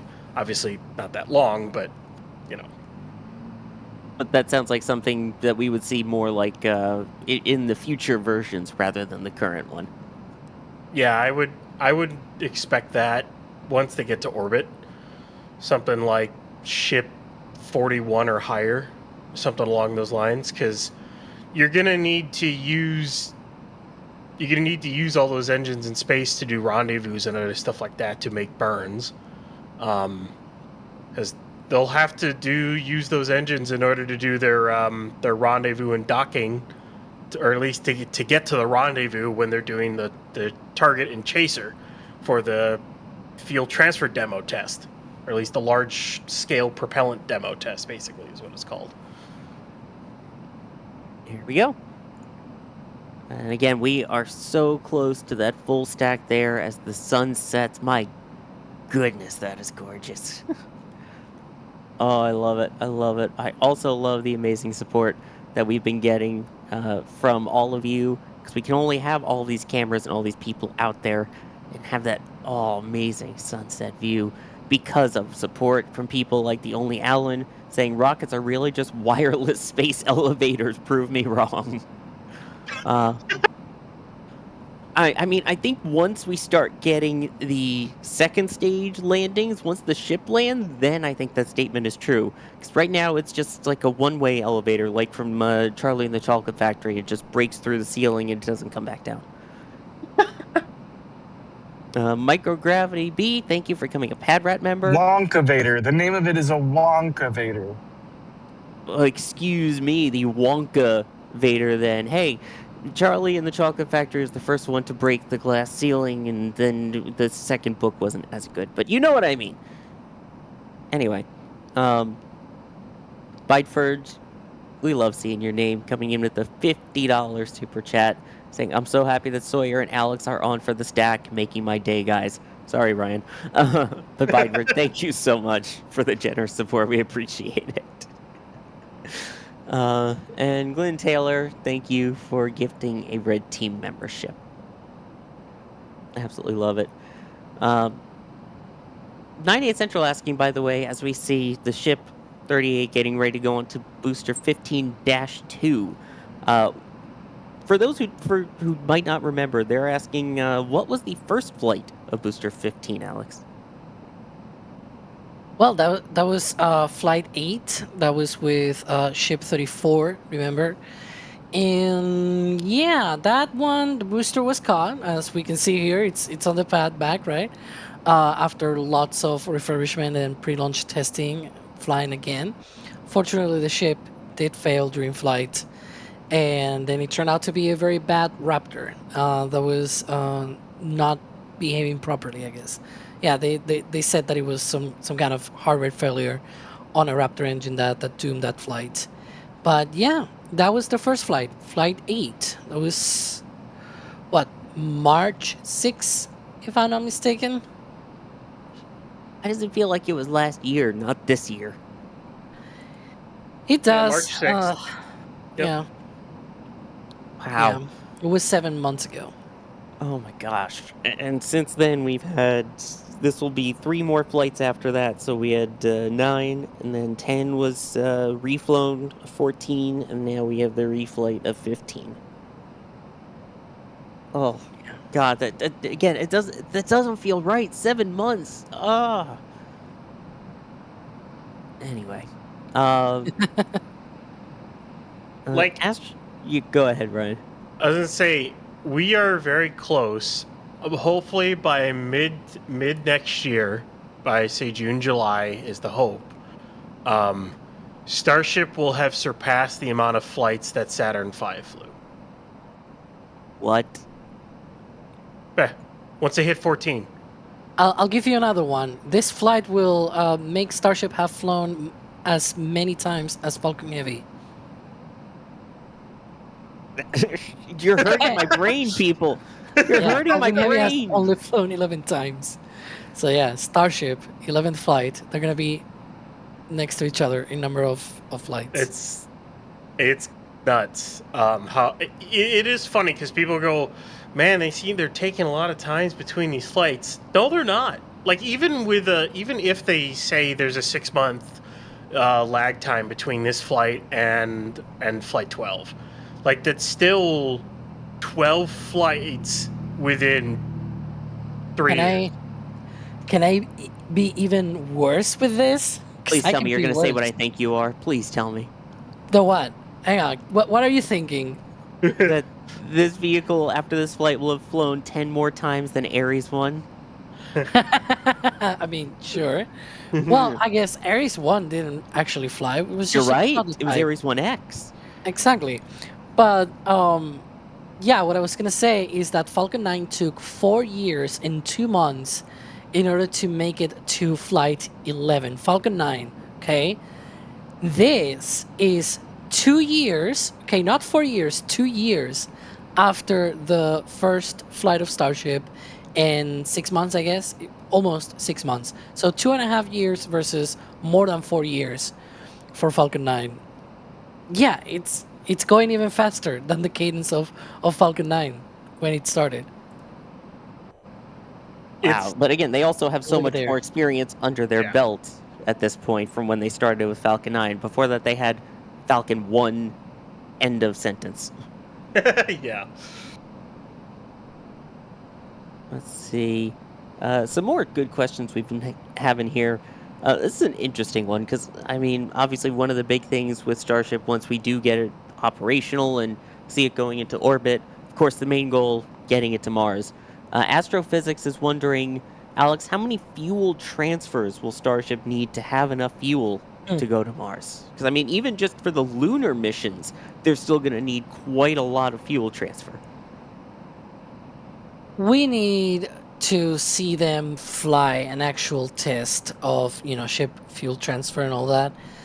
The whole reason for that is it's not as straightforward as saying, oh, it can launch, say, 100 metric tons to low Earth orbit, right? And it can fit 1,500 metric tons of propellant. Actually, now with version 3, it's going to be 1,600. So it means that in order to fill the tanks to Mars, in order to have enough velocity to go to Mars and everything, it's going to be X amount. And you just do, the whole thing of like it's 1,600 over 100. That's 16 refuelings to fill up the complete tanks, but you only need like 70% of the tanks, so it's actually 70% of that. It's not that, because you have fuel boil off. You've got things like maybe not the entirety of the 100 metric tons will be able to be passed through, right? Like it's like trying to transfer liquid between a glass and the other. There's always something that is left over in the first glass, right? Like that's the sort of thing that will drive the amount of refillings. So right now, I will not be able to tell you with exact, like if it's 5, 6, 7 times. It's definitely not the entirety of the ship, unless you want to fill up the ship with payload to Mars. That's going to be interesting. And again, how much are we expecting for the lunar portion of things then? Because we still have, and I think it's worth mentioning, HLS to come at some point soon, TM. The thing is, with that, it might actually be more than a full tank. And by that I mean, it's probably going to be more than one. So they're probably going to fill it up entirely in low Earth orbit. And there's already paperwork out there that sort of points to them also having to refill the entirety of HLS in a high Earth orbit. So like having to do another stop even before it goes to the moon. It's a whole thing. It's very, very difficult because you don't have any atmosphere to slow you down, right? So all of that needs to be done with the rocket engines. And that's a lot of energy that you have to remove from the ship. And you also need to enter orbit around the moon. You have to lift off from the moon, back again into lunar orbit, and send the Starship to Orion. So it's a lot of energy. So it needs a lot of refillings to be able to complete the mission. Oh boy. Oh boy, what? We have a goal, Sawyer. Okay. There is a goal. Watch out, Jake. That I will pun for 5 straight minutes. If we hit the goal of 20. Someone goes only 5 minutes. Jake is here in my way of the screen. Watch out, Jake. Oh jeez, I gotta get. I guess I gotta get a bunch of them ready at this point. So, here we go. Anyway, let's get back to more questions before every single question I ask has to have a pun in it, which will probably happen at some point at this rate. But along the lines of HLS, we were talking about this a bit on the Flame Trench, but any word, Ryan, on where we're at with Starship HLS? I would love to be able to really answer that question, to be honest with you. The last we've really seen, they've done docking system testing, they've done elevator testing. We think they're doing thruster testing over at McGregor. Hopefully we get to see more public, testing, stuff like that.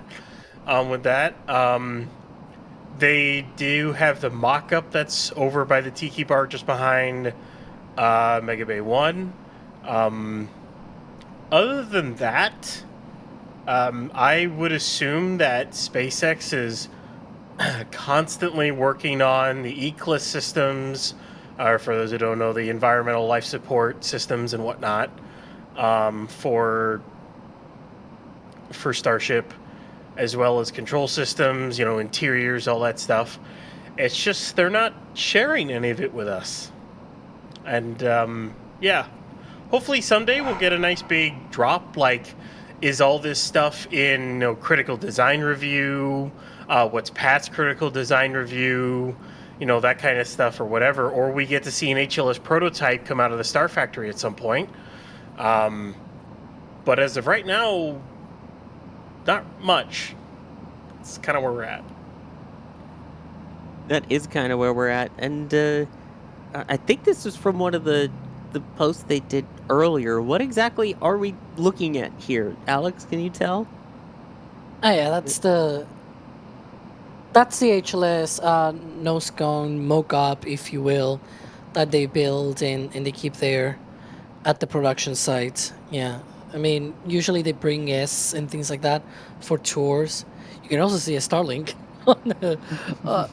Yeah, but they have, according to certain accounts of people that have actually been in there, They apparently have like a full mock-up of the interior of the HLS, where they have like seats, sort of like Dragon style, right?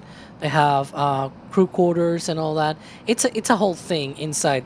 People think that Starship is not that huge. That thing is huge. It's literally like 2 houses put together, or like a really big house, I guess. But yeah.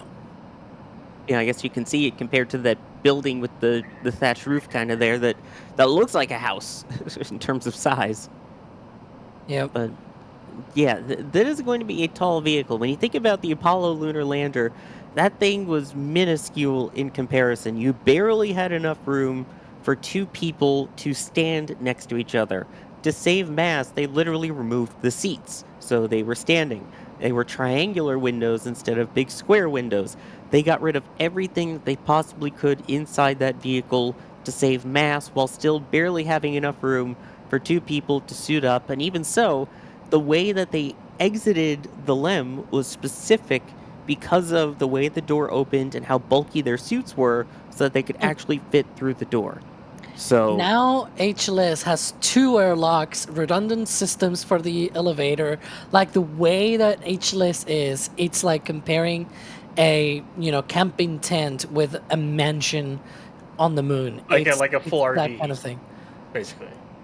More than that, I would say, but sure. Yeah. Like Winnebago on the moon. I'm trying. It's a Winnebago Lone Star. I had to. Like, That's good. I was trying to remember what Neil had said. How Buzz had rigged up a hammock. I'm trying to remember how he did it. Because like Buzz had rigged up a hammock inside the LEM at one point. It's just funny. Just so they could have enough room to like sleep. Yep. It was very cramped in there. Somehow they made it work. Yeah, this is going to be... you stay on your side, I'll stay on mine as I sip my cup of tea with my special 0G cup that the ISS invented. And, going back to an earlier question that we had about the refeelings and everything, and what I said about, they need to do the whole lunar landing and everything. The whole reason it takes that many refeelings, it's not just because of that, but also because Starship, it's carrying a lot of dry mass, right? A lot of mass that it's not used to for the propulsion systems and everything, right? The Apollo lunar module had 2 stages, right? One will be doing the landing, the other will be doing the ascent, and it was still cramped. It was tiny, as Sawyer was saying. Here, we've got a giant thing that is going to be landing on the moon, and it still needs to have enough fuel and enough propellant and everything to be able to come back to orbit and go to Orion and dock to it and all that. So, like, it's a whole different game here, right? And that's the thing that a lot of people don't really comprehend how much different it is. If you want to build something that is sustainable, that is big, that can do a lot of things, that's the path. If you want to go to the moon fast, maybe it's not the way that you should go to the moon fast, but it's a way. But yeah. It is a way, exactly. And as long as said way works, that's the important thing. Indeed. Also, what is apparently working is this goal. Roseanne DeVasto saying, just joining, what is this? This apparently is a goal to make me pun for 5 straight minutes. Really trying to exercise my brain here on a Saturday if we need to, if we do reach that goal. So I guess I'm mentally preparing myself for that. The Only Alan also helping towards that, saying, seems to me the amount of fuel they have to put in these rockets is a bit much. I feel like if they just cut back on the fuel a bit, this rocket would be way more down to Earth. I mean... That's a good one. Not wrong. Not wrong. Well. Hang on. Uh-oh. I can fire back to this. Because technically they're down to Earth. They're reusable, both stages. Ooh. So it's not just up, they also come back down. Just saying. But they're not wrong if you cut the fuel a bit, that it will be down to Earth just sooner than expected. I guess. I mean, hey, if you want to put less fuel in the rocket, then let's go back to Booster 4 and Ship 20. because SpaceX, if they wanted to fully fuel that rocket, it would have never lifted off the ground because Booster 4 wouldn't have had enough thrust to even lift off with if the stack was fully fueled. They'd have had to underfuel the stack in order for that thing to even lift off the ground. Yeah. Well, yeah, Little facts. 4 and 20 was quite the anomaly, aka the first one that's definitely totally going to launch. Right. I mean, we can only speculate about what would have happened if they would have tried to launch Booster 4. I mean, it would have been a pad fallback, with almost without a doubt. I think it would have tried to light its engines, and then they would have just started to explode. And it may not even pad fallback. It probably would have just blew up on the pad itself. It wouldn't really gone anywhere. And in the question of how long until Ryan mentioned pad fallback, how long have we been live? What I still want them to do, they're not going to do it with Booster 15 because they're going to put it off in the Gulf. But what I wanted them to do with Booster 15 is to send it out with a bang. I wanted them to bring it back to the pad, but don't catch it. And don't fire the landing burn off. Literally pile drive the booster into the pad. Oh my gosh. That would be amazing. Like, absolutely amazing. I mean, yeah, that would have been pretty cool. Help with the demo. I think they preferred a little more of a controlled demo, but I get what you're saying. Also, they already made one crater. Do they want another? Why not? Because that was 2 years ago, I think, when they made the first crater. They're gonna have to make another one.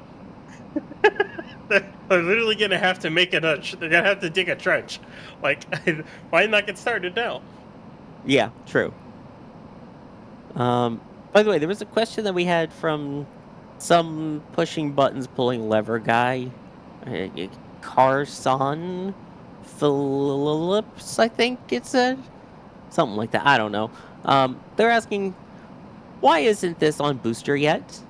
Alex, why isn't this on Booster yet? I don't know. Ask SpaceX. I'm sure, what will be? media@spacex.com or something like that. It's probably their email. Answer. Because this is Carson Phillips, so I know him already well. He might be able to mute me, for example, but nah. Yeah, I have no clue. They're trying to adjust this thing. They always take a long time to put this together. Yeah, it just seems like it's kind of hanging there, just waiting to be aligned. It feels like it takes such a long process just to lower it those last couple centimeters. It's really cool how they align the thing with the pins, and how they can literally take the ship and they can slightly rotate it. They can sway it back, forth, like I should say, like leeward and windward, basically based off the heat shield and non-heat shield sides. They can do all that adjustment with this thing, and it's really, really cool how they can do it. And well, I guess they just don't think they're lined up right now, so that's why they're not all the way lowered. So I guess we're close. But yes, thank you to Carson Phillips. I guess we can thank the producer as well, who is producing right now and asking that question. Also, apparently, we are getting closer to the pun goal. Ghoul of Antarctica saying, "Come on, chat, let's do this." Matthews with the smiley face to get us there. Troy saying, "I'm doing my part." Ninja Decimator, pew pew pew with the puns. James Powers, because puns. And then also Bideford coming back with another $50 super chat saying, "My apologies for forgetting Ryan, Jack, and KMR. Such a bad girl. Thanks for all you guys do. Hug." There you go. You're included, Ryan. And speaking of, when will it be lowered? It looks like they're actually lowering it now. Am I seeing things? Yeah. You're not seeing things, Sawyer. You're okay. Well, I mean, Well- he is seeing things. He's seeing the That's true. stacking Yeah. of the ship. But like he's not hallucinating things. Is what I? Yeah, he's not hallucinating anything. You're okay. So you're okay. So Am I though? Well, that's a whole nother question. But anyway, that's a whole other. I guess that's a whole other question. I mean, I'm not okay. I don't know if Yeah. Alan is. Well, that's why therapy exists. No, I'm kidding. Here we go. But yes, looks like it's almost fully stacked. So is there anything more that they do now at this point, Alex, with what appears to be a fully lowered down ship onto the booster with a full stack? Well, once it is down, they should be closing the hooks that we were talking about, right? Those 3 hooks that connect both the ship and the booster together. And hopefully they'll also release the weight of the ship, which, to be fair, sometimes it can be a little bit disturbing if it's not fully aligned. Like sometimes both can fit together, but it might not be fully aligned, and that means the weight of the ship on the booster sort of wiggles around the full stack as it settles down. So yeah, that's always fun when that happens. But anyway, I'm looking at the timer. So this is right now the time that we will be sort of towards the end of the window if they were to launch. Ooh. I At want them this to launch time. it this time. I want them to launch Yeah. it this time. Because the window is 75 minutes long, like 1 hour and 15 minutes. So this will be 1 hour into the window. This will be what it will look like. And this time, if they launch at the opening of the window, though, this time, two days from now, we'll be going nuts about the re-entry, hopefully. Let's hope for that. Like, we will be 4 minutes away from the landing burn. Wow. And again, that's if it goes at the top of the window, which Yeah. how long is the window for those who are unaware? Yeah, it goes all the way to 7:30, so it opens at 6:15 p.m.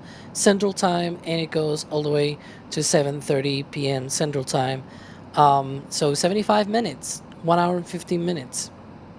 So basically the window is from when this thing started the lift to stack to when it was placed on top plus 15 minutes. So the entire lighting conditions that we've been seeing throughout this whole lift are all the potential gorgeous views that we will have during Monday's attempt. Indeed. Oh, that's think amazing. It's down. Oh yeah, I see the weight. Yep. The booster Yeah. twanged a bit. Yeah, it's down. Yep, The it's ship. down. We want to call it that. Yeah, the The ship. twang. If you're close enough with a mic, you can hear it as the booster settles, too.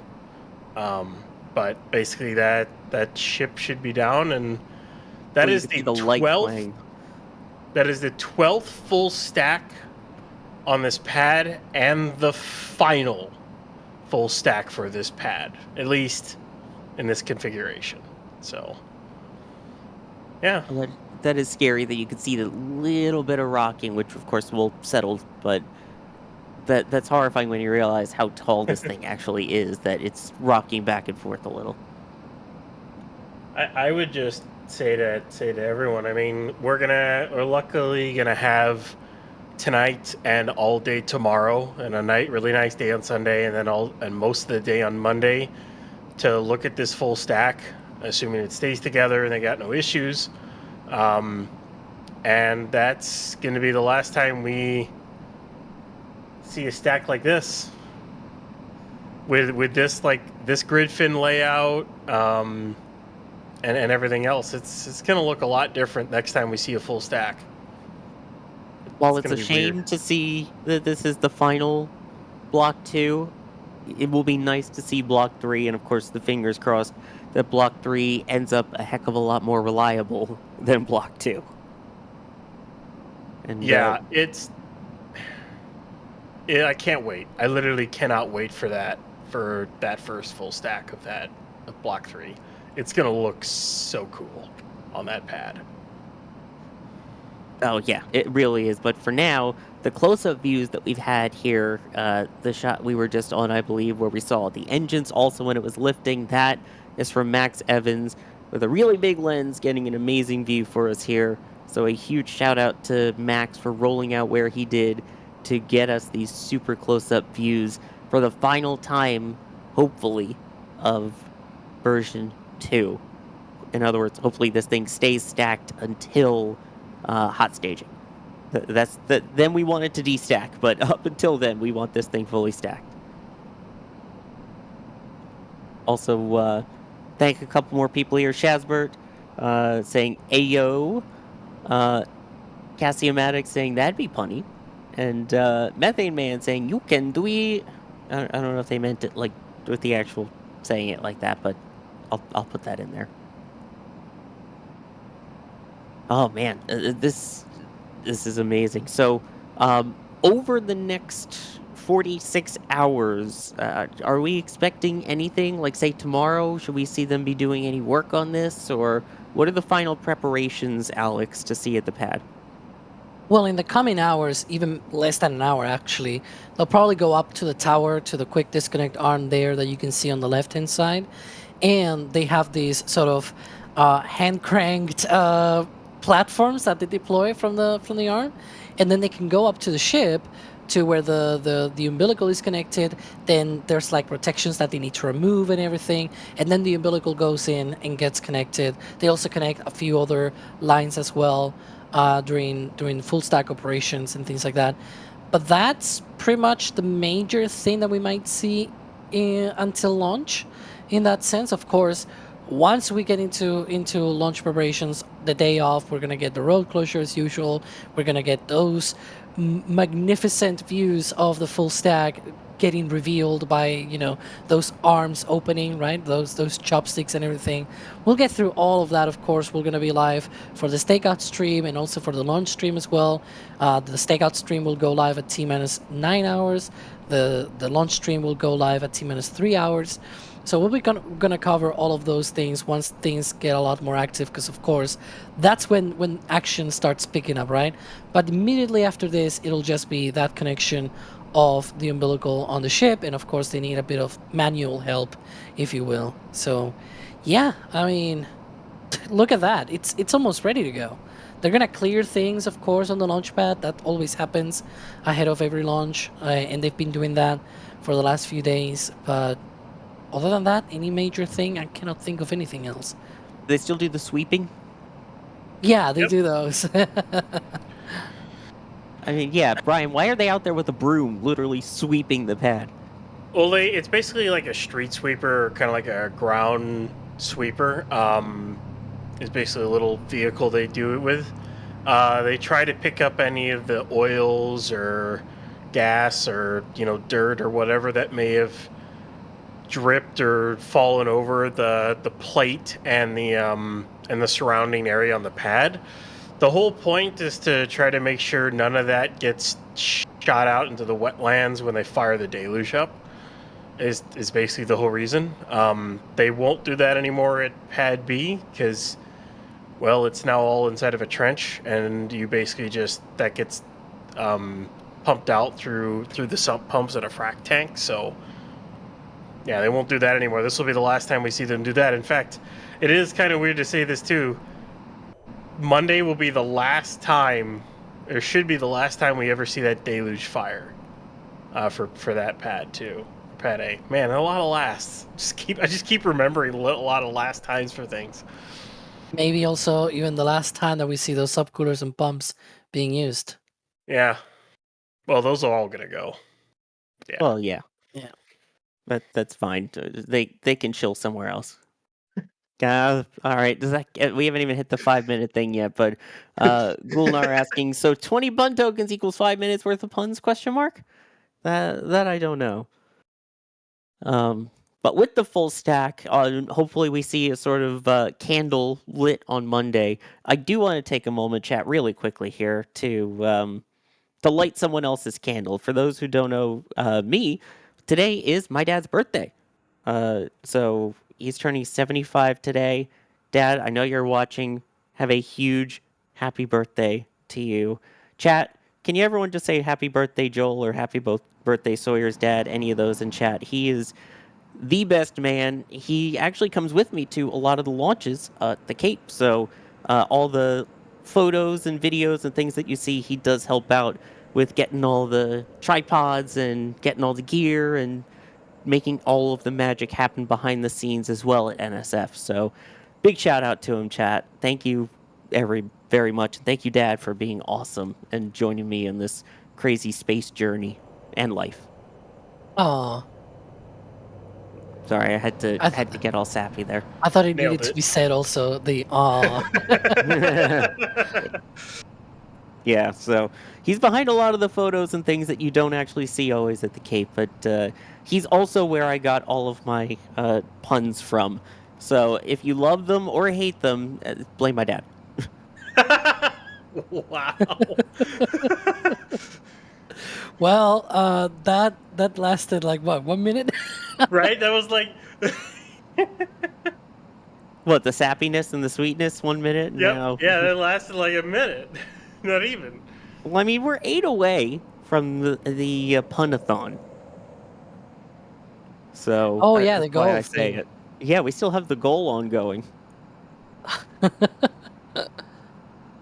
Yeah. Anyway, are we gonna hit the goal? That is the question before we end. I mean, we're not playing football, so we cannot hit the goal. Anyways. Wait, which football? Oh my God, no! Don't do this to me, Sawyer. Yes, I'm doing it. No. I was just trying to make a pun, okay? Trying to. I don't know. We haven't hit the. I mean, I guess you can make as many puns as you want. I'm I'm not on the goal. We reach the You goal. are. Yeah, you are on the goal. We have 5 minutes now. I'm seeing, because you two have this thing where it turns into a countdown. Oh, it does. Ooh, fancy. Anyway, I do have to point out here we got a tip that just came in, a $50 tip at tips.nasaspaceflight.com. Another amazing way to support us that goes and helps us directly here. Crafty Geek saying, over the Falcon 9 and Heavy campaign, SpaceX has avoided sending 7,500 tons to Davy Jones' locker via more than 500 recoveries, net of Stage 2/booster splashdowns. Starship program has sunk 2,800 tons, including booster recovery. Starship used 40% of Falcon's karmic balance. Let's get it to reuse before that runs out. I've never thought of it that way. That's a weird balance of how much mass has been saved from going to the bottom of the ocean versus how much mass has actually made it to the bottom of the ocean with Starship. Hang on. Does that count when they recovered Booster 11, Booster 13, Booster 12, hot stage and rain? Like, they recovered some big chunks of boosters. I mean, I guess, but it's still, even when you think of it, considering how much the hot stage ring weighs of the entirety of a booster and ship combined. The aft section weighs, like, the aft section plus all of its engines is like a solid 100 tons. Or at least like 75, 80. Easy. Just the engines and the shielding alone is like 50, 60 tons. So 2,600 tons then still, if you take that away from the 2 that have been recovered. That's still, let's say some of the recovered stuff, then let's put it at 2,400 or 2,300 tons. That's still. I can say that 7,500 tons, I mean, that's the thrust of a Super Heavy at full thrust. Ooh. So in theory, Super Heavy, if instead of having the ship on top, it had all of the different things that have been saved from going to the ocean, then with Falcon 9 reuse, then that's it will have that thrust of 7,500 tons. There we go. Math. Again, I'm a journalist. That's why I went to school for journalism, not great at math. Rochelle getting us another step closer to the goal with the $5 super chat without the message, but thank you very much for the support there. Appreciate it. 2 minutes. I think that one was one of the super chats for the goal. It was, yes. So we're close. The timer's running. So it's 46 hours, 46 minutes to the opening of the launch window, 1 minute, 50 seconds until the end of the pun window. Oh, boy. Here's one while we're wait to see what happens there with this full stack. Vicus with a question I'll throw to everyone. I'll start with you, Ryan. How many test flights before Starship is considered operational? Oh boy. A lot. I guess is what's your definition of operational? For that, because you kind of think about like they're going to start doing Starlink missions hopefully sometime next year. You know, they'll get to orbit, they'll deploy Starlinks, and they'll try to bring the ship back most likely. Because they're going to want to get Starlink missions done pretty quickly, and they stated they want to try to start doing it by summer of 2026. So, do you count that as operational? If you count that as operational, then it's the first Starlink launch. However, SpaceX is going to use these Starlink launches as, you know, development flights as well, as test flights. They're going to test stuff on these Starlink launches because, you know, if they lose the Starlinks, I mean, it stinks for them to lose the Starlinks, but it's also their company Payload. So they can keep pushing the limits with the ship, and they can keep pushing Starship and advancing it and testing it, but they can also do operational Starlink missions.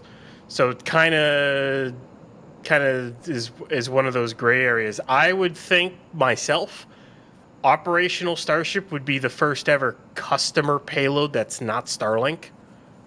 I think that would be is where I would put it at. And I don't know when that would be. That could be HLS, that could be a cargo flight or something. But that's kind of where I look at it. I don't know if Alex or you have any other opinions on that one. Yeah, what do you think, Alex? Oh, good lord. Look, the whole thing with the operational, non-operational, I got flagged about this when I said, Starship actually has flown 11 times faster than Falcon 9 flew 11 times. Somebody mentioned in chat, but those 11 flights of Falcon 9 were all of them operational. No, actually 3 of them were test flights, because they had 2 test flights of Falcon 9, Flight 1 and Flight 2, the one in June 2010, that was a test flight of Falcon 9 with sort of like a dummy, not actual flight hardware of Dragon. And then they had another one in December, which was an actual flight hardware of Dragon, and they did like a couple of orbits and then landed in the Pacific Ocean. But the Falcon 9 was still considered a test flight because it was only the second flight. And then when they switched to V1.1, they did carry a payload, that was true, but it was considered a test flight. It was sort of like upgraded. It was considered upgraded Falcon 9. That was the 6th flight of Falcon 9. So 3 of those 11 of those flights were test flights, and a few of them still included a bunch of tests anyways. Like, it was operational-ish just because it was carrying payloads. But you could have said the same thing about Starship. Like, you could just have tried to not do similar risky flights, if you will. The whole thing they've been able to do this with Starship is because Falcon 9 is the one carrying the payloads. But if Starship was the only thing that they had right now, they will probably need to go slower in some of these. Like, I mean, they've removed a bunch of tiles on the ship, for example, and all that. They will not have done that, for example, if it were carrying payloads, or at least they would be doing a more measured way of developing Starship. It's what I'm getting to. So yeah, what do you find as operational? Who knows? Because somebody will say, well, it's the first flight of Starlink, so that's still a test flight, right? It's the first time. It's a test. It's not operational. And so on and so forth. Like, you can move the goalpost as much as you want, and it will still not be considered operational. The first landing on Mars, it's a test, right? Even though it carries payload on board. Like, I can go on, but that's my rant about this. I don't know. Do we call it like when they get the NSSL type deal, which is 2 orbital flights, something like that? I mean, sure. When it starts launching military payloads, that's probably, you know, quite into the program that you could consider that operational. But maybe somebody will say, well, it's the first time that they've done this, whatever, right? Like, you could really move the goalpost quite a bit. And frankly, I'm not exaggerating about moving the goalpost, because if you've seen any of those haters on Twitter, like, because we're showing Twitter, X, I guess, there's a lot of those out there that move the goalpost. But anyways, You know, Don't be a hater though, because this is Yeah. a great shot from It's a great Max shot. Evans of the full stack. You can see it there on X. I mean, all of these amazing photos will also be shared by our socials teams. You're definitely got to check it out. Amazing work, Max. And also, amazing work on the goal. We got 3/4 of the way there. So, let's see, 3/4 of 5 minutes is 3 minutes and 45 seconds-ish of puns, I believe. So, I don't know if we have a timer or something we can use. But anyway, really quickly, Shazbert, thank you for the support towards the goal, saying, come on, y'all. And Brian79 also supporting towards the goal. I guess I can set a timer on my phone and we'll get going on the puns. Let's see, 3 minutes, 45 seconds. Are you ready? Chat, are you ready? All right, we're going. Good. Because I'm about to stack a whole bunch of these space puns Oh my on goodness. you here now. What? What do you mean? I don't want people to space out as I start making all of these. There's some propellants and some cons to making a whole bunch of space puns. I understand that. Not all of them are going to be absolutely stellar, but I'm going to do the best that I can so that all of us can have a blast, unlike the flame trench that they didn't build over at Pad 1. Come on. We need another goal to stop the puns. Somebody said that in chat. Oh, come on, making all... Oh, come on, making puns isn't rocket science, you know? And if anyone is suited for the job, it's astronauts. And me. Because, you know, well, I don't have my suit on, but you know. And I'm trying to get a little bit more here. I don't want to crash and burn. No. I think that counter is already too far. It's already need to be like less than 2 minutes, right? Like, Oh, no, it's the less than 2 timer's... minutes. I have the timer going. So the countdown is certainly happening here to the end of my punanza. I love how it was rolled down. What can I say? The just like the nose cone on Ship 38, I am on point here with all of these. Oh my goodness. I mean, this thing is pretty Falcon amazing to be able to come up with all of these at once, right? The goal is just to be like a booster, very uplifting, and to help booster morale here in chat right now. I guess just like Falcon 9, most of the jokes have landed, but of course not all of them are going to. So, yeah, I mean, yes, I'm going to drone ship on for much longer, okay? I'm sorry, the timer is still going. There's still 90 seconds worth of puns to go. All right? I mean, I don't care if you thrust me or not, but trust me, I will be continuing to make jokes for the rest of the time here. I'm gonna space out with all of these puns. Oh, come on. You gotta love these puns. It's like gravity. It's full of attraction. Everyone's very attracted to all of these, Except right? if you get a lot of gravity, then it starts sucking. What can I say? I can mock a lot of jokes about high-speed travel. That's always an option. Right? Oh, come on. I'm doing pretty good. Especially when it comes to, I mean, we've got the decal on the ship, so we know what the serial number is, and that is serially not boring, right? I like your delivery. Okay, I get it. I mean, the problem is I'm talking too fast. I got to make sure that I put a space between all of my puns here. So that way, I guess we have a whole group here so that now we can encapsulate all of them, just like we would Crew Dragon. I'm trying, but you know, gravity always bringing people together here at NSF. What more can I say? I guess, you know, thrust or bust, folks. We made it for the full timer. There we go. 3 minutes, 45 seconds straight of puns. You are in the spotlight, just like Ship 38 right now. Ooh, yeah, get a spotlight up. Like, Okay, I can stop with the puns too. I just want to ask, how can you even do that, Sawyer? How? I wish I knew. I don't know. Like, how are you able to rip that off again, like one after another? It's like it's just like regular talking for you. It's just it's amazing, and it's hilarious and everything else. What can I say? Making puns is a blast. Oh wait, I'm sorry, my time is up. I shouldn't be saying that. I could tell you it's a blessing and a curse. And again, happy birthday, Dad. I blame you for part of this. I blame you. You're baffling me. Slush baffle. Anyways. Oh man. I think this will be the last one that I make for the day. Dear Sloth. Lord. See, or as Nos likes to say, good grief. Yeah, I was waiting more for that.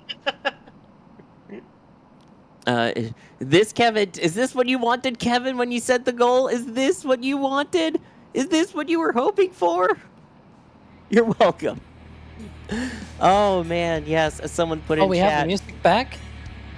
Someone put in chat we were ready for the deluge of puns. How did I not make that one? That was. But it's night luge, because it's night already.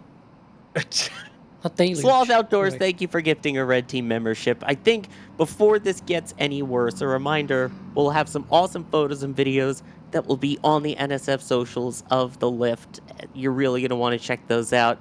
I'm sure there will also be prints coming very soon to the shop. And if you're unaware, again, the patch for Flight 11 is out and available now at shop.nasaspaceflight.com. Jacques, again, with the amazing design there for Flight 11. I loved that view with the cameras. I love that now that's a patch as we reach the end of the era for version 2. I think we can start wrapping things up here, though. Of course, Starbase Live, you think I do Florida a lot? Starbase Live will have 24/7 live views, even when we are not commentating. Alex, thank you for joining me, though. It's always a pleasure, and hopefully we have more interesting stuff to talk about during launch day. Because of course, by now, the ship will have already been in the water for a little bit. So I really hope we can see that in today's time. So yeah. Also, I forgot to say we have a countdown to launch still to go before launch coverage and everything. So stay tuned for that.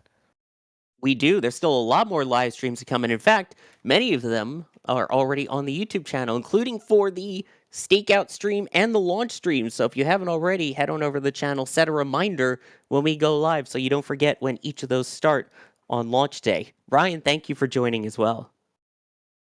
It's a pleasure as always, Sawyer. Yeah, the Starship is about to start her new era, so I know all about eras. But anyways, I knew there'd be a Taylor reference there. Had to sneak at least one in. You got all your puns. I just sneak something in. But anyways, I cannot wait to see this thing launch. I'll see you all on CTL tomorrow. So yeah. Yeah, we had an amazing field team out there today. We, of course, had Max Evans bringing those close-up views to you. We also had Jack Beyer out in the field, also on commentary for the roll part of things here. We had Gage out in the field as well. Caesar, I believe, out there too. I'm sure the back channel will let me know if I'm missing any other people who are out in the field that I'm missing, because the team is coming out in full force for the launch of Flight 11 no earlier than Monday. And then we had Carson pushing the buttons, pulling the levers, and bringing the views to you for the lift portion of today. We've also had Jay bringing you the roll views earlier on this same stream. I am Sawyer Rosenstein. I have been your host with the most, ODST, saying, let me out, I can't escape the puns.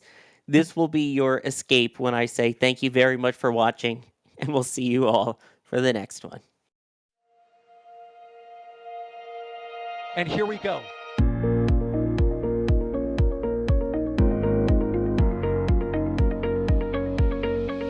We have liftoff.